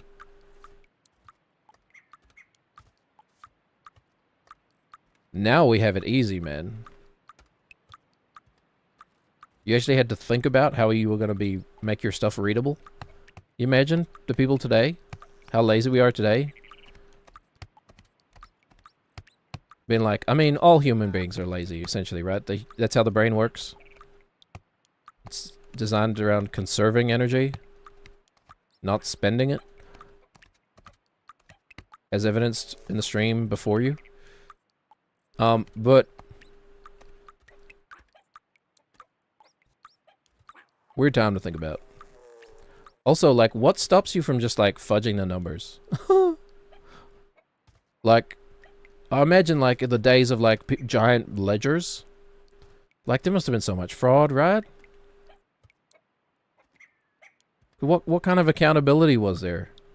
I suppose there was someone whose job it was to, like, go around and check books and be like, make a copy of them and be like, okay, yep. This person agreed to this amount of product for this price. They're getting the 10 grams of the pink kush at what would it be, like $20 to the gram? No, $10 a gram, something like that. I don't know. What would I know? I wouldn't know anything about that. Drug dealers in the 1930s be like writing in their big ass ledgers. Or maybe like pimps be writing down in their big ass ledgers how long their employees have been with what client.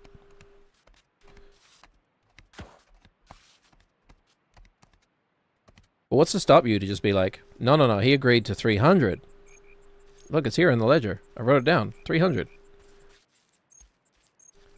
And they're like, damn, he's got you there, man. It's in the ledger. You just have no recourse. I guess you take them to court, but then what do you do in court? You just become like he said, she said? Or were there people whose jobs it was to be like independent verifiers of information? If so, can we bring that back, please? Am I doing this the hard way? I feel like I could just step there and then step there. Let's try it. Yeah. I should probably just be doing that. Okay. Right. After this, it's kind of textbook after this, I think. No real surprises. It's just getting up this step here. The only real hurdle.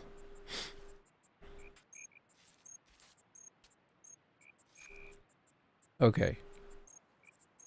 Show that you can focus. What here? And now I think we want to angle... Do we want to angle slightly to the left where it's a little lower? Is it a little lower over there? Okay. We'll go... Yeah. And just keep the motion going. We know this. This is just small, frequent steps. That's all it is. It's like climbing the mud. Okay. And then the rest is just focus. It's not even as hard as the green blobs. Which we've still got time for another attempt at, by the way.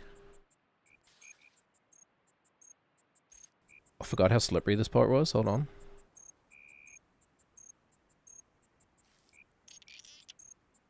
Okay. Oh, nuts. Yeah, hold on. Okay, they are there. I was about to have a panic attack.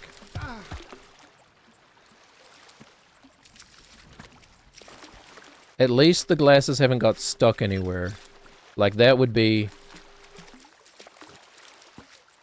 I forgot about that step. That would be the real tragedy, man. Okay.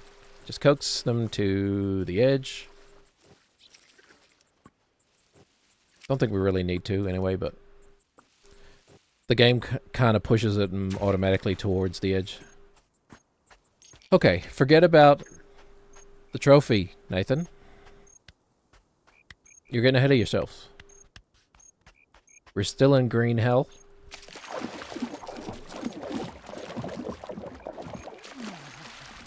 We should really have a second counter for attempts out of the out of the canyon too, I suppose.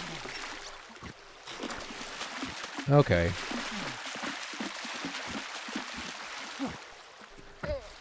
But at least there's a different kind of cadence to this. At least it doesn't take half an hour to get back to where we fell.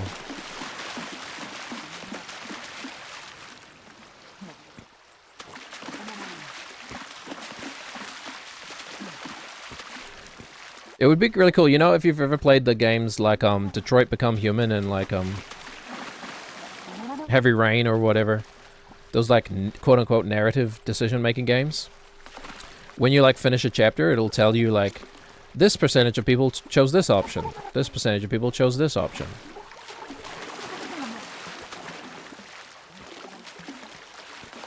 I'd really like to like have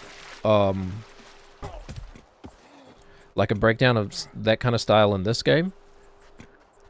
Where it's like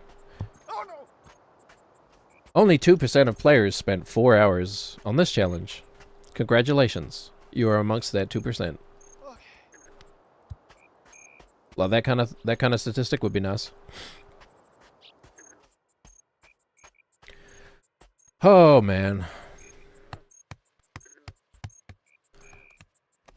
I mean, there's no real... I'll be honest, there's no real temptation to do anything different. Which is, you know, nothing to brag about, honestly. But like... I'm curious, like... I guess this is something about myself I don't actually know. How long would it take for me to actually just be like, screw it, I've had enough?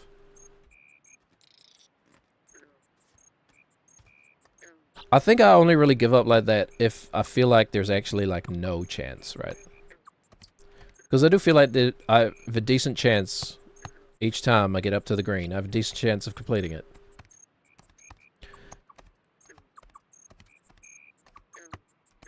You know, but if it was like really felt impossible, I'd probably give up. Whereas this just feels highly possible. It's just a matter of executing and persistence, essentially. They say that's the key to success. Saunter away, Nate. Yeah, yeah, yeah. Really flick those feet around. But, like, there's got to be a point where persistence gives way to, like, stubbornness. And you're not really gaining from it, you know what I mean? You're just hurting yourself.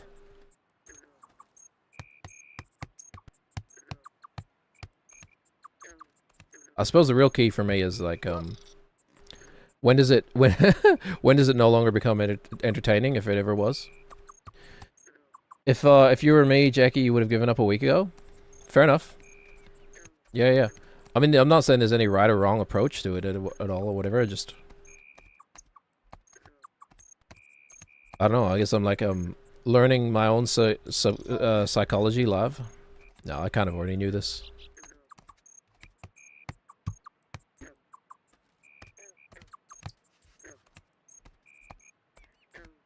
The funny part is, too, I'm not even really going to celebrate it when I do it.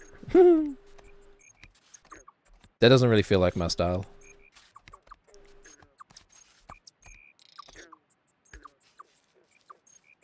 We were talking about, like Catholic upbringings earlier, whenever that was. Some other time, Jackie. I definitely have that, like, I don't know if it was part of the Catholic upbringing or just my grandmother, but, like, she really, like, impressed, like, one of the key elements of being a good person is being humble, you know? Like, she was a broken record, man. She was, manners maketh the man, like, every day. Manners maketh the man, manners maketh the man. Don't put your knife in your mouth. Manners maketh the man. You know, that was my childhood, so it's hard not to, like, it's hard not to have that kind of rub off on you when it's so like, repeated, you know? Oh, good. I think we need to take our right foot. Okay, yep. Definitely would have fallen, I think, if I went in the wrong foot there. You know, it's hard for that stuff to not rub off, but yeah, she was very much like, don't toot your own horn. It is what Jesus taught, being humble. Yeah, yeah. Right. Sometimes I'm guilty of forgetting that it's supposed to be about Jesus. Jesus! Make it wild there. I don't even know what he's saying. I don't need to know. It's just a funny collection of sounds to me. Make it wild there. Jesus? Yeah, yeah, yeah.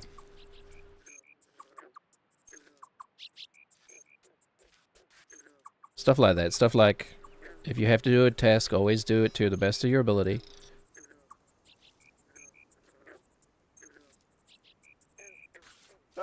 Whoa. Hold on. Is that harder than I remember? I think I think the first time I faced that, I just did it. So, Oh, keeps it wild then. Is that what it is? I think in my head I was thinking like, keeps it wild there. Keeps it wild there? Something like that. Keeps it wild there. Because again, British people love to massacre the English. Almost said the human language. My buddy Bob Anonymous. Okay, so when you say buddy, do you mean that literally, or do you mean it like I might say like my boy Skrillex or whatever? Is this a person you know?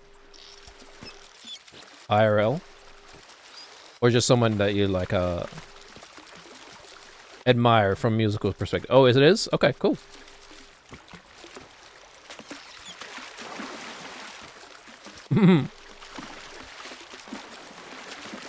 Well, if you ever talk to this person again, let them know that I think it's funny the way they say Jesus keeps it wild on.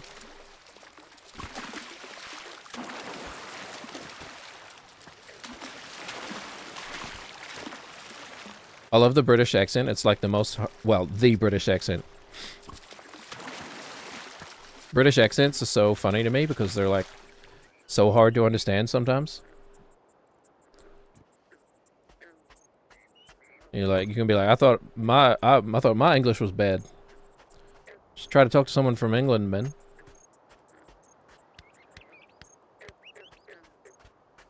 No amount of childhood growing up with Coronation Street can prepare you for actually going to London.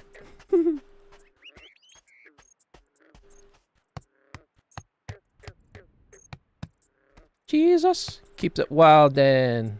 Yeah, okay, I get it now.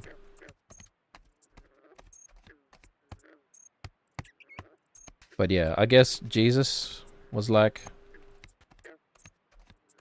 walking around giving people their eyesight back and being like, no, no, no, no, no, don't thank me.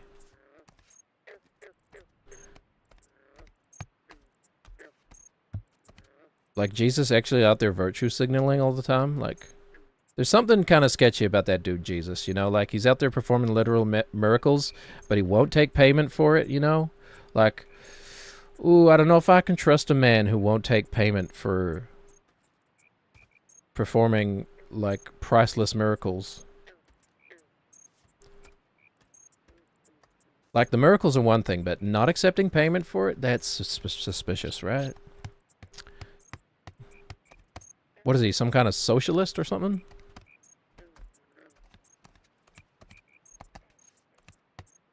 I don't actually know what the socialist position is, but it feels like it's a fun thing to say.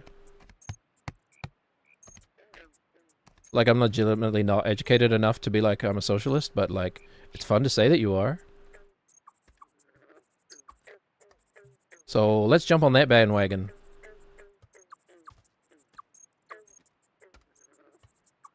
Did bandwagons used to literally be wagons for a band? What the heck, Nathan? Did I do that, or did he just decide that his legs were gonna give out? Pretty sure I released the triggers, which should just make him stand on his own, but whatever. We go around again.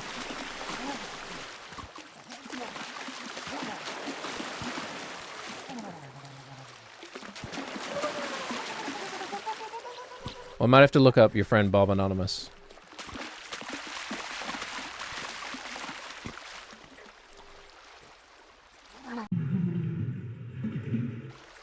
Is there anyone whose like legitimate real name is anonymous? Maybe somebody who like changed their name to it. Or is that it's reserved? Like you actually can't, it's against the law to name yourself that or something? Or name a child that? Like, can you call your child John Doe or Jane Doe? Is that legal? By the way, the game is so much louder when you get down to the water, man. It's just like virtually no sounds and then annoying chickens and then all of a sudden, splash! Splish, splash!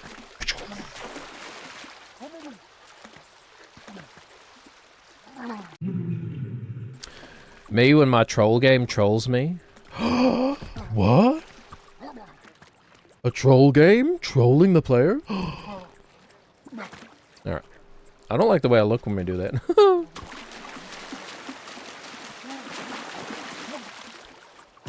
I guess that's the humor. Tragedy plus time equals humor. Now, usually that equation is like something tragic happens, and then it stops happening, and then time passes, and then we look back on it and we're like, "Huh, that was actually funny." It is not a tragedy that continues to happen for a long, long time. You know what I'm saying? Like, what is the tragedy? Oh, great topic, man. Great, nice, lighthearted topic. What is the tragedy that, like, historically lasted the longest? Probably like a famine or something? Like, it's probably like a 40-year famine or something? According to that old saying, tragedy plus time equals comedy. I'll tell you what, though, nobody's laughing at, like, year 10 of the, potato famine.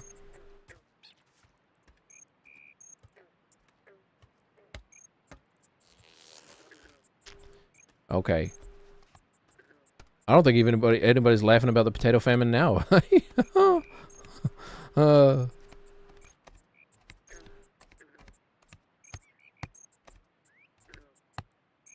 I guess it's probably not correct. Hold on. Is that phrase supposed to imply all tragedies can be funny? Like it's a possibility. Like tragedy plus time can equal comedy. It's not always true that tragedy plus time equals comedy, right? Like nobody's really joking about like the rape of Nan King. You know, I only laugh because I'm not sure if I'm allowed to say that. Yeah, only if there is humor in it.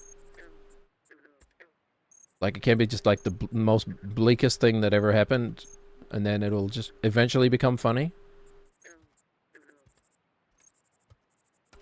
Yeah, it's more like the there can be like inherent humor in tragedies, right? But nobody focuses on that.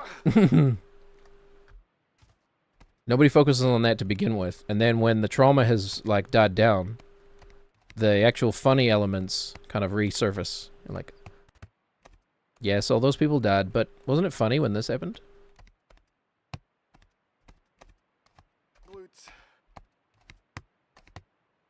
Man, who said that? Who said tragedy plus time equals comedy? What do you gotta say? What do you gotta say? Right, you just can't meet an Irishman and say potato famine. Ha ha ha ha. Yeah. I mean, you can. I wouldn't advise it. I have Irish family, but like I've never really met them. Kind of situation.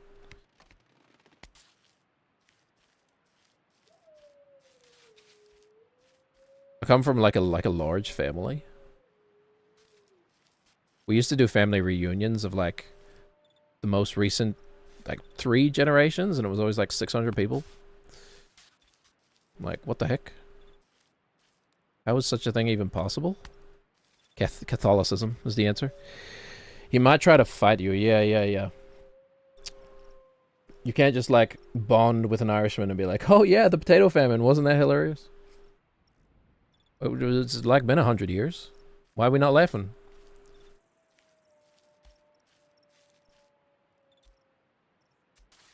You're probably not going to be cancelled for saying something like, I did not see that coming. Or like, and frankly, I did not see that coming. Fuck. Oh, what are we doing here? I'm slipping sliding. I guess because the humor is just in the wordplay. It actually has nothing to do with the content. Wait a minute, is that my whole my whole wheelhouse?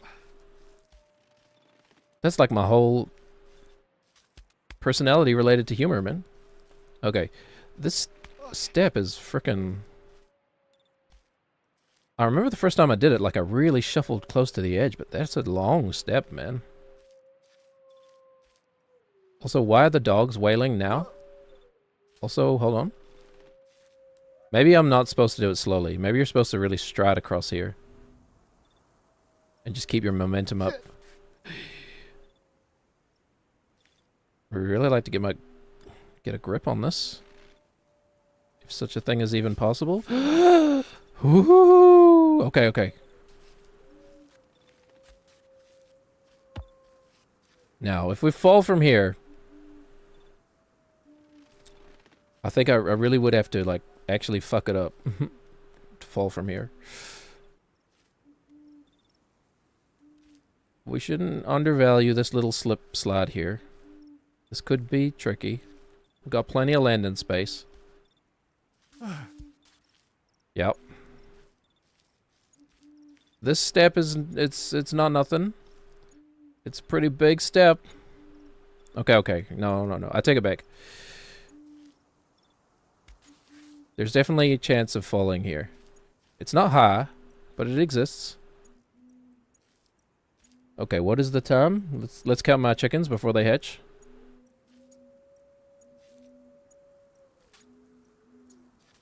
Yep. Okay.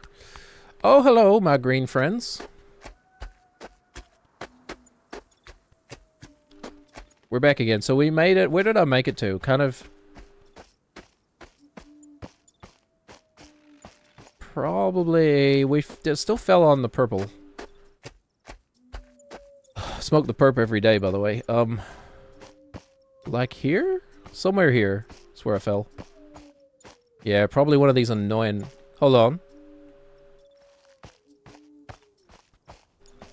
I see you. I see you. We did not make it to this banana peel. Why did Nate just make a falling sound for a second? You hear that? No, we didn't make it to the banana peel, but we were close by. We were on the ascent. Around about here somewhere. Okay, that's good to know.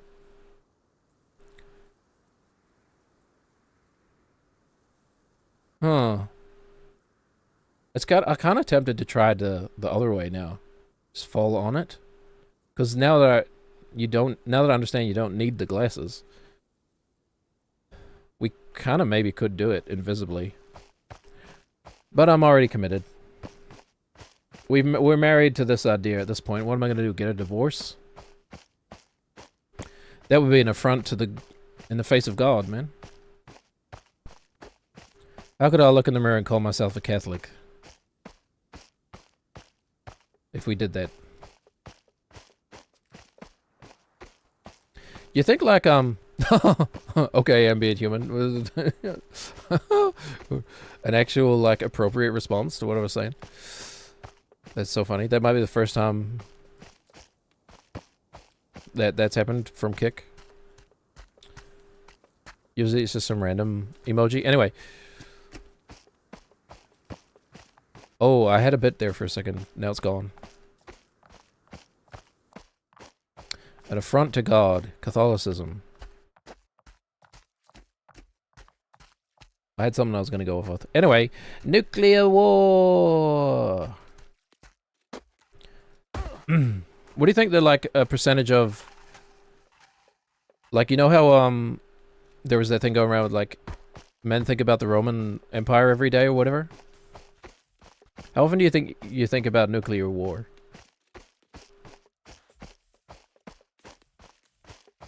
Ever since I saw Terminator 2, there's probably not been like a week gone by where I haven't thought about nuclear war. I don't know. It's hard to keep track of.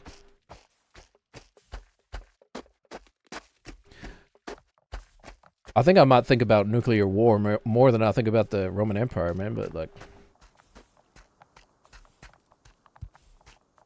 Is that really a thing people think about? Like, it's a surprise to me. I mean, if you're a history buff, sure. Oh, my pillars. Oh, when they're all square and they haven't even loaded in properly. Oh, yeah. That feels like home. Daddy's home. Okay. What do we realistically got? 20-ish, 20, 25 minutes? Something like that. It's probably about how long it takes me on average to get to the green. So we'll see what goes on there. Dear customer, your parcel has been delivered. I'll be the judge of that.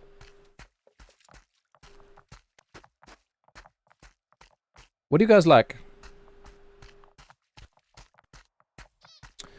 Do you prefer signing for a package, or do you just prefer when it's left?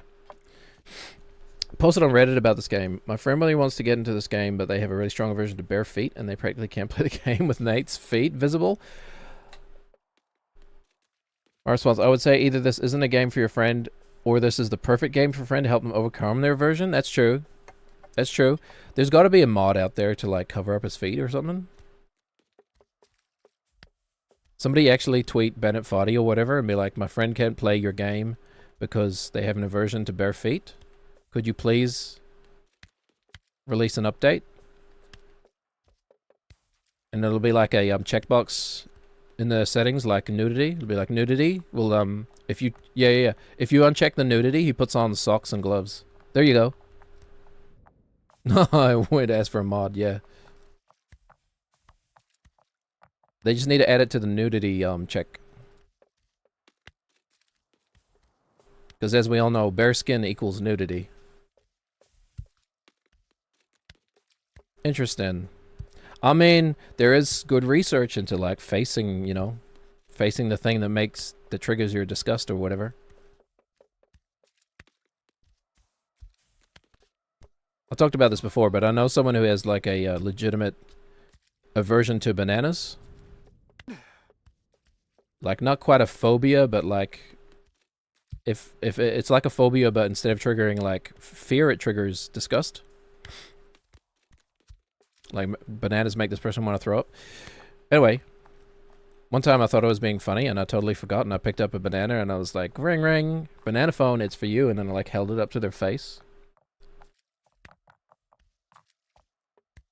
They basically like slapped the banana out of my hand. I was like, oh yeah, sorry, I forgot. Ring ring. But to them, it might have just come across that like I was being like taking their like their trauma and like using it against them as a joke. Do not recommend.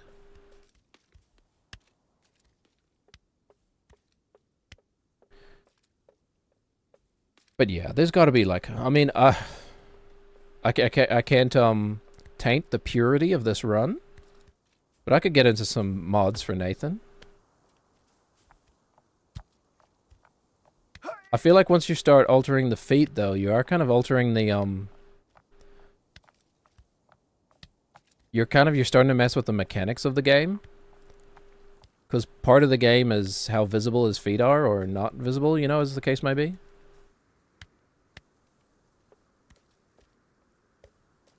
Okay, I'm actually underestimating how good I've gotten at the pillars, right? Like, kind of looks easy now, and I suppose they are easy, but they're not that easy. Whoops, especially when you do that. I taped a cashew to a stick to tease a roommate who was allergic to nuts once. Yeah, once. Oh man, yeah, same kind of thing. Yeah, yeah, it's like an allergy, but a psychological allergy. Yeah, yeah, yeah. Like the kind of thing you do, and then you're like, holy shit, why did I do that? Once when I was a teenager, like, I think about this every now and then. Like, it comes back to haunt me. Once when I was a teenager, I had band practice with my high school band, right? And afterwards we were just fucking around, and the guy who played bass in my high school band, he like took apart one of the drums, one of the stands for the drums, and the drummer happened to like have broken the drumstick, like right at the tip. So they were the bass player was pretending that this hollow tube from the drums was like a blow pipe, and put the tip of the broken drumstick in there. And he was like lying on the ground like giggling, and everyone was like giggling or whatever.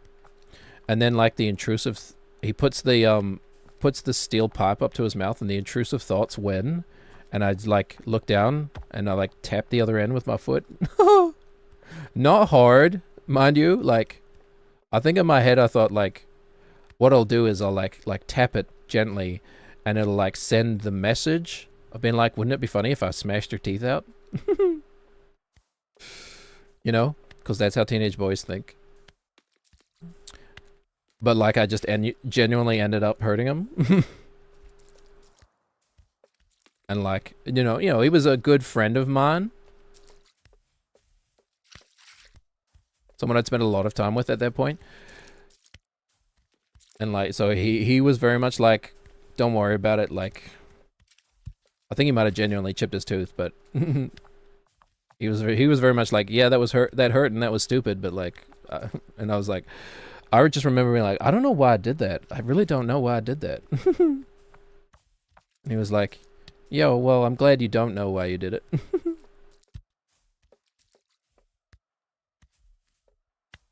But yeah, that one comes back in the middle of the night sometimes.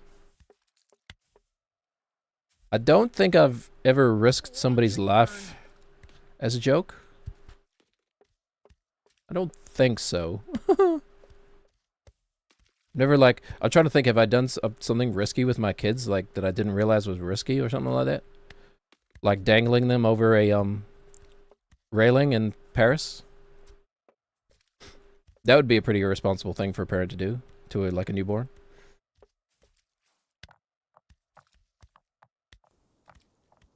All right.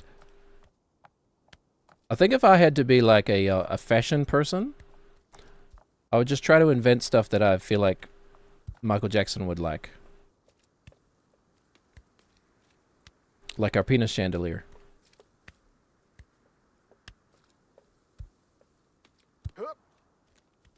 Just ask yourself, would Michael Jackson spend way too much money on this? Yes? Perfect. Okay, I'd like to see the green.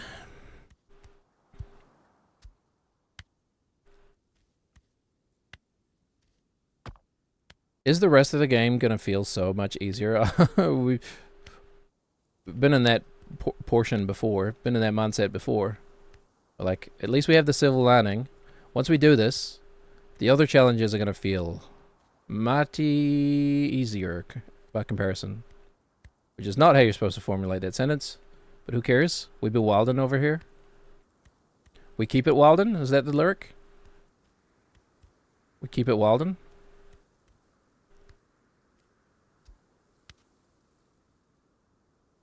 Yep. I'm pretty much like a, I'm not a rebel. I'm pretty, like, white collar, I guess. I don't know. I like punk music, though. My musical tastes are very, like, punk or whatever. Jesus keeps it wildin'. But he hasn't got, Jesus doesn't have a monopoly on the wildin', right? So what does that mean? I'm not sure what that actually means. Does that mean, like, see, my, like, uncool, white-collar dad, like, point of view is, like, is that about taking drugs? Is Jesus taking drugs? Like, I wouldn't know what to do if somebody said, you know, man, you really got to keep it wildin'. If someone gave me that as legitimate advice, I wouldn't know what to do. Become an alcoholic? Is that what they mean? Stay out late? Stay out late drinking alcohol? Like, oh, I got the energy for that these days, man. Barely had the energy for it when I was 20. You know what, though? Like, I think about this sometimes, and, like, I was probably in some of the best, like, cardio shape of my life when I was drinking alcohol, because you'd go out to the club, you'd drink, and then you'd just dance for, like, 4 hours straight. Like, sweat pouring off of you. You got it, Nate. Shirt, like, literally, like, soaked through. Because you're on a dance floor, like, smashed up against, like, 100 other people who are in the exact same position. They're all either drunk or high, and, like, freaking all the moisture is leaving their body at once.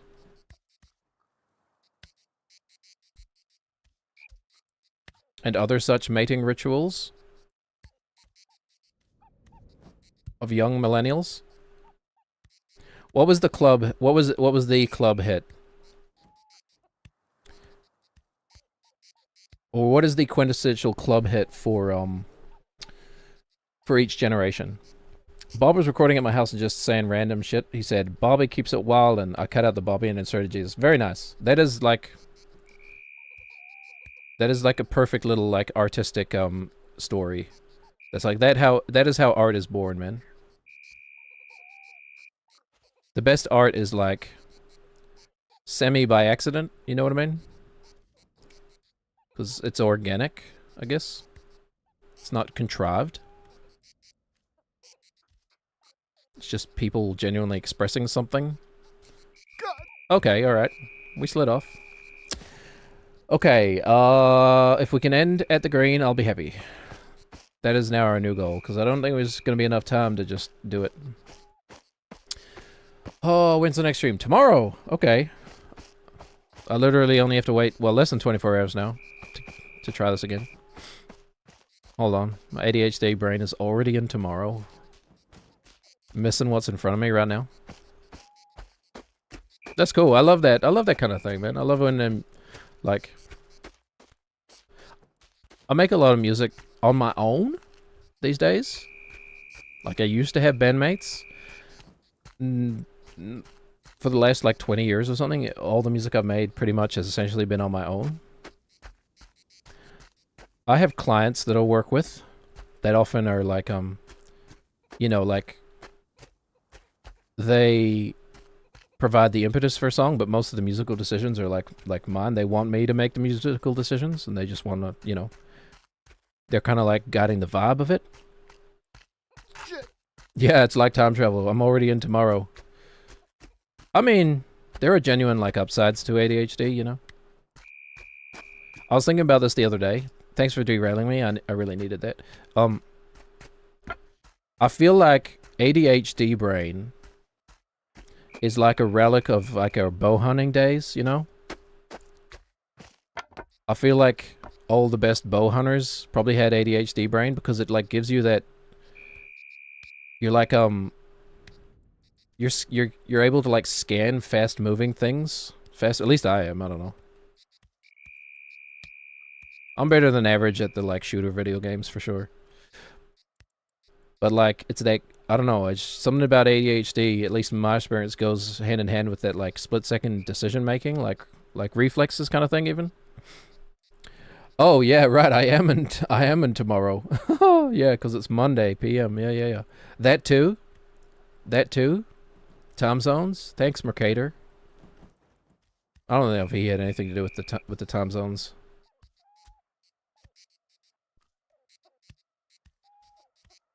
But yeah, I feel like ADHD brains were probably like we had a place in society.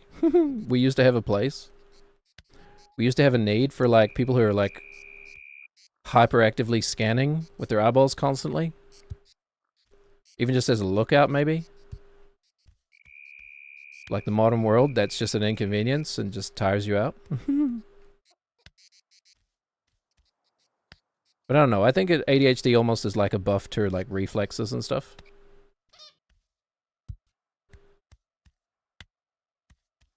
I have pretty fast reflexes. Probably surprisingly fast for an almost 40-year-old dude. Like that pin drop game that you might play at the fair or whatever. That nothing, man. Nothing. Or like you know, I was forged in the fires of real Japanese arcades, man. With real Japanese people wearing the gloves and everything for like the touchscreen rhythm games. You have a theory that snoring is an evolutionary trait designed to keep your mate awake as a lookout? Yeah. I mean, there's got to be some reason for it, right?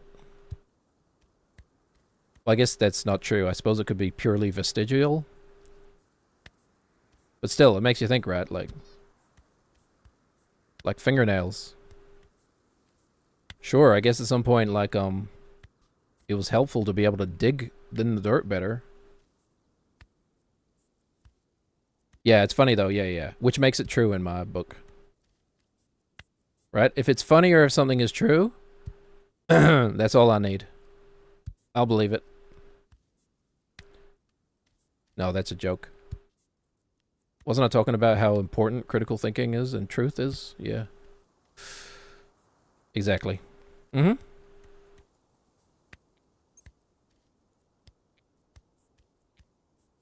Like, it's funny to think that, like, Peter Jackson deliberately got Viggo Mortensen to keep kicking that helmet so he broke his toe. So that's funny. So I choose to believe that that's the truth. I choose to believe what I was programmed to believe. How funny is indoctrination, man? Do you ever think, Jackie, we'll, invent truly conscious machines, you know? We don't even need to get into AI, whatever, but like, will we ever invent a true consciousness? It's a tough question. And I think about it quite a lot for some reason. I don't know why. But if you've got to like start out by defining consciousness, right? Which we still can't do, I suppose. So the question becomes an unanswerable, but like as a thought experiment. See, I'm of the position that if we were to create something that was indistinguishable from a human mind, right? And like, you know, not superficially, but like over years and years, it had proven that that nobody could tell that it's not a human being, then like you just have to treat it as if it is consciousness. I feel like yes, as long as someone with the processing power allows it. I kind of feel like, well, you know, putting aside if we destroy ourselves, whatever, it's probably just a matter of time that I think humanity will invent something artificial that acts in a way totally like indistinguishable from a human consciousness. And I think maybe we'll never actually know the answer. Maybe one day, when we figure out what consciousness is, like, oh yeah, consciousness is literally just a type of brainwave that exists in this spectrum of the thing, you know. Like, maybe we'll get to that, you know, we could be like, this artificial intelligence does not have that brainwave, so therefore it is not intelligent. But maybe we'll never know. So we just have to treat, we just be a like phase where we're treating these things as if they are conscious with rights, essentially. Human rights. It's Detroit become human all over again. Okay, alright. Time keeps on ticking. Pick up your junk, Nathan. Well, at least we're not in the ravine. At least we're not in the ravine. It's only happened once, this stream. And I think I've made it... What, have I made it past the ravine twice today? Ah, lovely little seaweed walk. You can't convince me this isn't a seaweed, like from the bottom of the ocean model. It's still kind of pleasant. You worry it'll be in the hands of the worst people with the worst motives. Well, that's kind of the... Yeah. Unfortunately, we need to regulate these things before they become a problem. Unfortunately, the legislators don't have the foresight to do that. And half of them are just there to get paid anyway, so they don't care.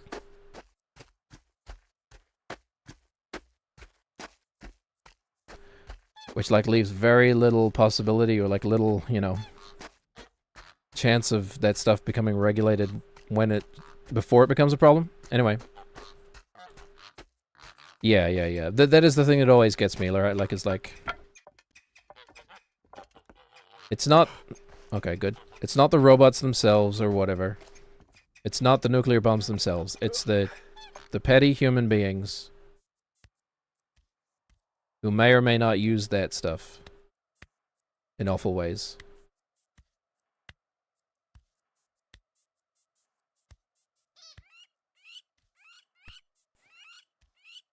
But I think, you know, we might have this big... I think at the moment there's this big cultural divide amongst people, which is... Like, the people who are... the people in my position who are enlightened, who have, who understand that there's very little place for, like, the warrior archetype in modern society, I suppose. Maybe that... I don't know. I could be wrong about that. Like, maybe that's naive, privileged position. Anyway... Like, I feel like we're witnessing the dying out of the warrior archetype from our species. It's just like, you know, kind of like not how we sort out our differences anymore. Not how we, like win resources, which shouldn't be anyway. Maybe it still is, but like we should realize there's enough for everybody to go around, but some people want more. I'm not happy with dividing things up equally. Then like, no, I need more than the other person.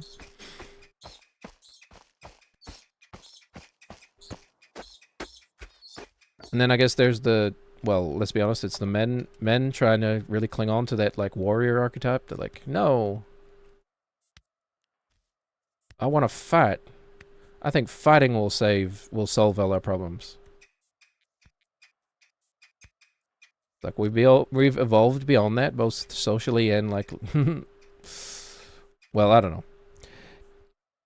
Yeah, you can't take the greed out of some people. But that's the thing, though, right? Like, are we evolving like slowly? Like, we're smart enough to like chart our own evolution, right? Witness our own evolution. We're definitely smart enough. I mean, like as a species, like capable enough to affect our own evolution. That's the thing, right? Like evolution doesn't happen all at once. It's a slow, weird process that like can go either way, honestly. Or maybe it just makes me feel good about myself because I paint myself as an enlightened individual.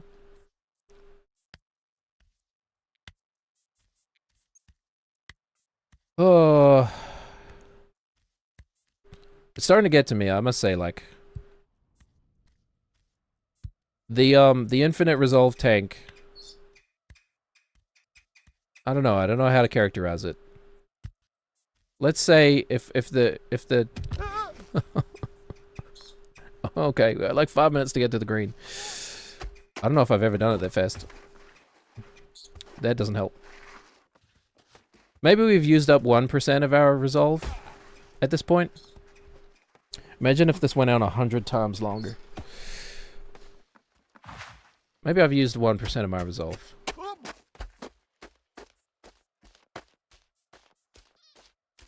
Okay, we announced to end at the green, and then we come in tomorrow and we just do it first attempt. That would be beautiful.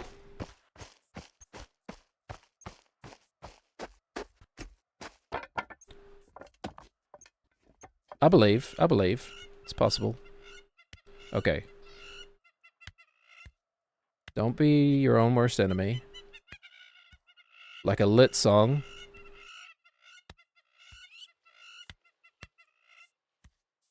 It's no surprise to me, by the way. I'm just saying words. Like, you know. I'm allowed to say words, right?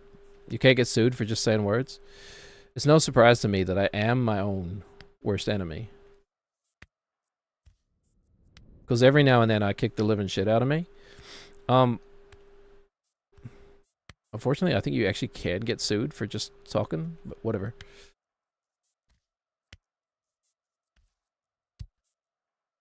Probably doesn't help my case that I mentioned the band that's from, but... No, I'm just talking. Do people sue people? I know nothing about this, by the way. Like, here's a weird thing about, like, how we view America from outside. America feels like it has a, like, sue culture. Like, that is, like, peak late-stage capitalism. Like, Slippin' Jimmy type of, like, suit, you know? Type of legal, basically, robbery. I don't know. Gonna take you for all you've got. Hold on, what's my, like, Karen voice? I'm gonna take you for all you've got. Sir? Excuse me, sir? I'm gonna take you for all you've got. It does feel like that. Because it almost feels like, if someone said to me, like, yeah, I get why you would think that, but, like, it's an over-exaggeration. It's kind of a joke. I'd be like, okay. That makes sense. But on the same token, if someone said, yeah, it is exactly like that, I'll be like, okay, that makes sense. Yeah. I mean, I gotta say this before, man. I've said this before, but if America is the great experiment, man, like, I think the experiment failed. We've, like... We tried greed. We tried greed and we tried money. We gave it a good shot, okay? Like, no one can say we didn't give it a good shot. What has it been? When did capitalism really win the, like, social structure wars? The 1950s? Yeah, capitalism run amok? Well, I mean, yeah. I hate to say it, but, like, that's certainly what it looks like from the outside. Yep. know why I do these ones one step at a time. They just become part of my routine. But, like, the 1950s, isn't that kind of the golden age of, like, well, first of all, women doing what they were told, am I right? But, like, capitalism as well, like white picket fence, American dream, capitalism. I guess, I haven't actually read Animal Farm. Like, obviously I'm aware of it, because I'm a learned individual. But I've never read it. I think when I was a kid, I got Animal Farm and Charlotte's Web confused. And I thought I had read Animal Farm, but I actually read Charlotte's Web. That might be true. Oh, it's funny anyway, so I choose to believe that that's a true thing that happened to me, because it's funnier that way. Let's see. How much time we got? Okay, we're pretty much where I need to end, but I'll either fall or I'll make it to the concrete. But no, I haven't. It's on my list to read. One of my IRL friends was like, you should really read it. And it's like 100 pages or something, right? But it's just an allegory for politics, essentially. But yeah, I don't know. Like, from the 50s to 2026, like, we pretty much gave capitalism almost 100 years. And, overall, like, how happy are people? How happy are we with that decision? Do we like it? I suppose that's what voting is, well, supposed to do. Because, you know me, I'm not that happy with it, to be honest.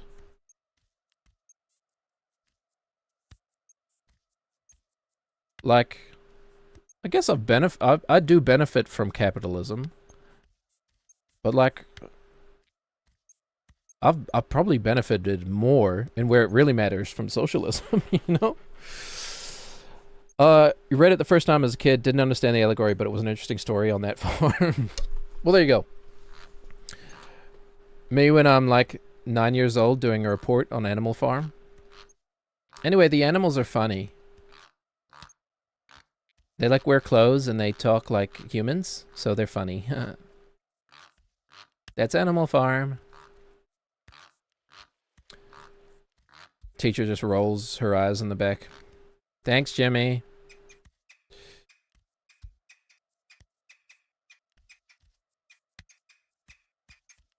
I don't know if maybe that's offensive to 10-year-olds. Maybe I'm not giving 10-year-olds enough credit. Although, yeah, metaphors and allegories tend to be like hard things to pick up when you're a kid. Does the banana keep resetting? Like, I'm sure we had more banana space than that. Like, didn't I move it right to the edge, pretty much?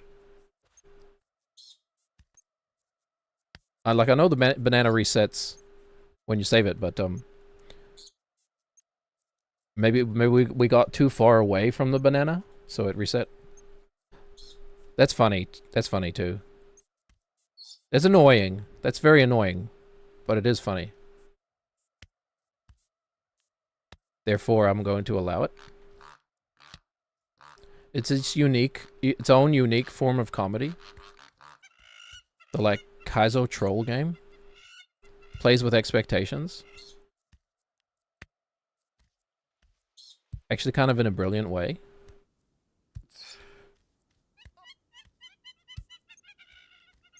Can I ride the banana all the way back to the beginning of the game? That'd be fun. Did you see the, I think I saw on the Baby Steps subreddit this morning, someone knocking over the cans with the soccer ball? You see that? I didn't realize, because, like, I briefly looked at those cans, and I was like, I don't know how to get them. I didn't realize there was a set of cans that, nobody actually knows how to get to. Yeah, you did see that?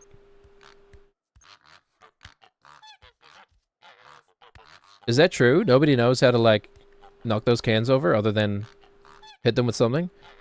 Yeah. I was almost like, maybe I should try that. So I gotta imagine that takes a lot of resolve. Because just moving the soccer ball to begin with is annoying. Just getting around. I'm not sure if you were there, Jackie, when I spend like 40 minutes moving the soccer ball around just to use it as a step to get to a lighthouse. No lighthouse, a firewatch tower.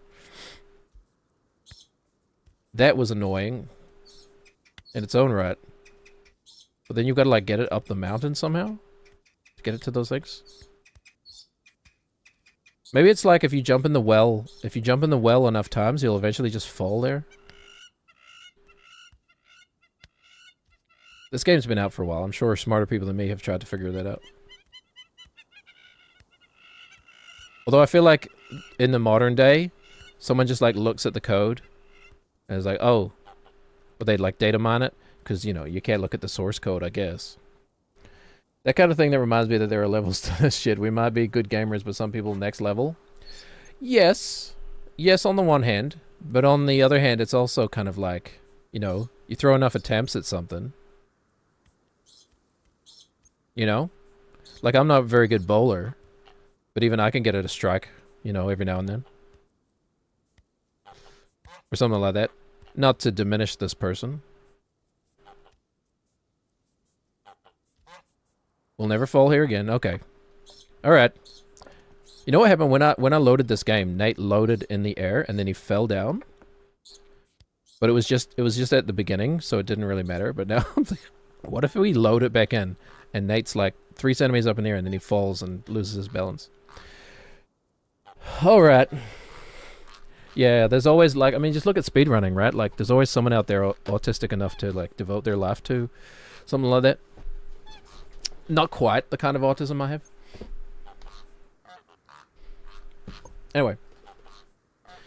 Oh. Lol, did I fall off? No. Oh, well, you mean when he was spawned in the air? No. No, he didn't fall. But it was like slightly like concerning. Like if I save and quit, hold on. This will be funny. Funny way to end the stream if he falls off. I don't know exactly what triggers it. Yeah. No, I'm with you, Jackie. Took me a moment. Sorry, I already talked ahead like 5 different topics. Continue. Loading? Oh no, okay. There was like a half second of like lag there maybe, where he's in the air.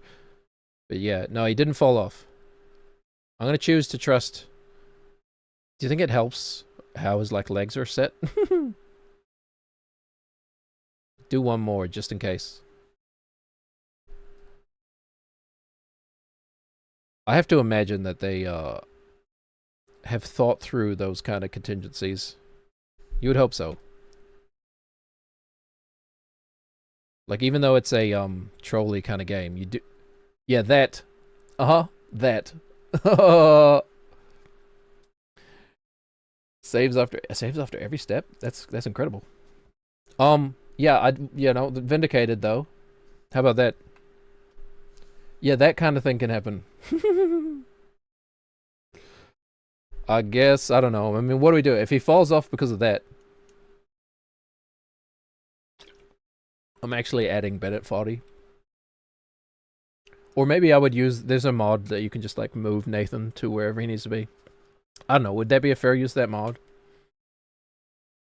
We can do the pillars again, whatever. I think I'm good, yep. Alright.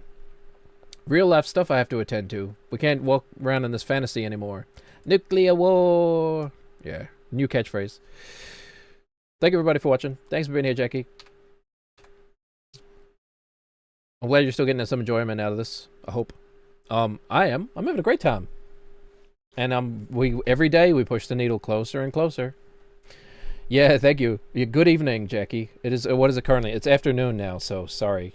Sorry to say, I have pushed over into the afternoon. Sleep well. I will attend to my real life. Right, my name is Elvis Laserbeam. I stream 4 days a week. 9:30 a.m. New Zealand Daylight Time. That's all you really need to know. Tuesdays, Wednesdays, Fridays. It may be sometimes Sundays if I could be bothered. No, I had to work on Sunday. Anyway, real job. Catch you around, Jackie. Bye-bye, everybody. Be excellent to one another. It's a funny world. And I'll see you tomorrow. Bye.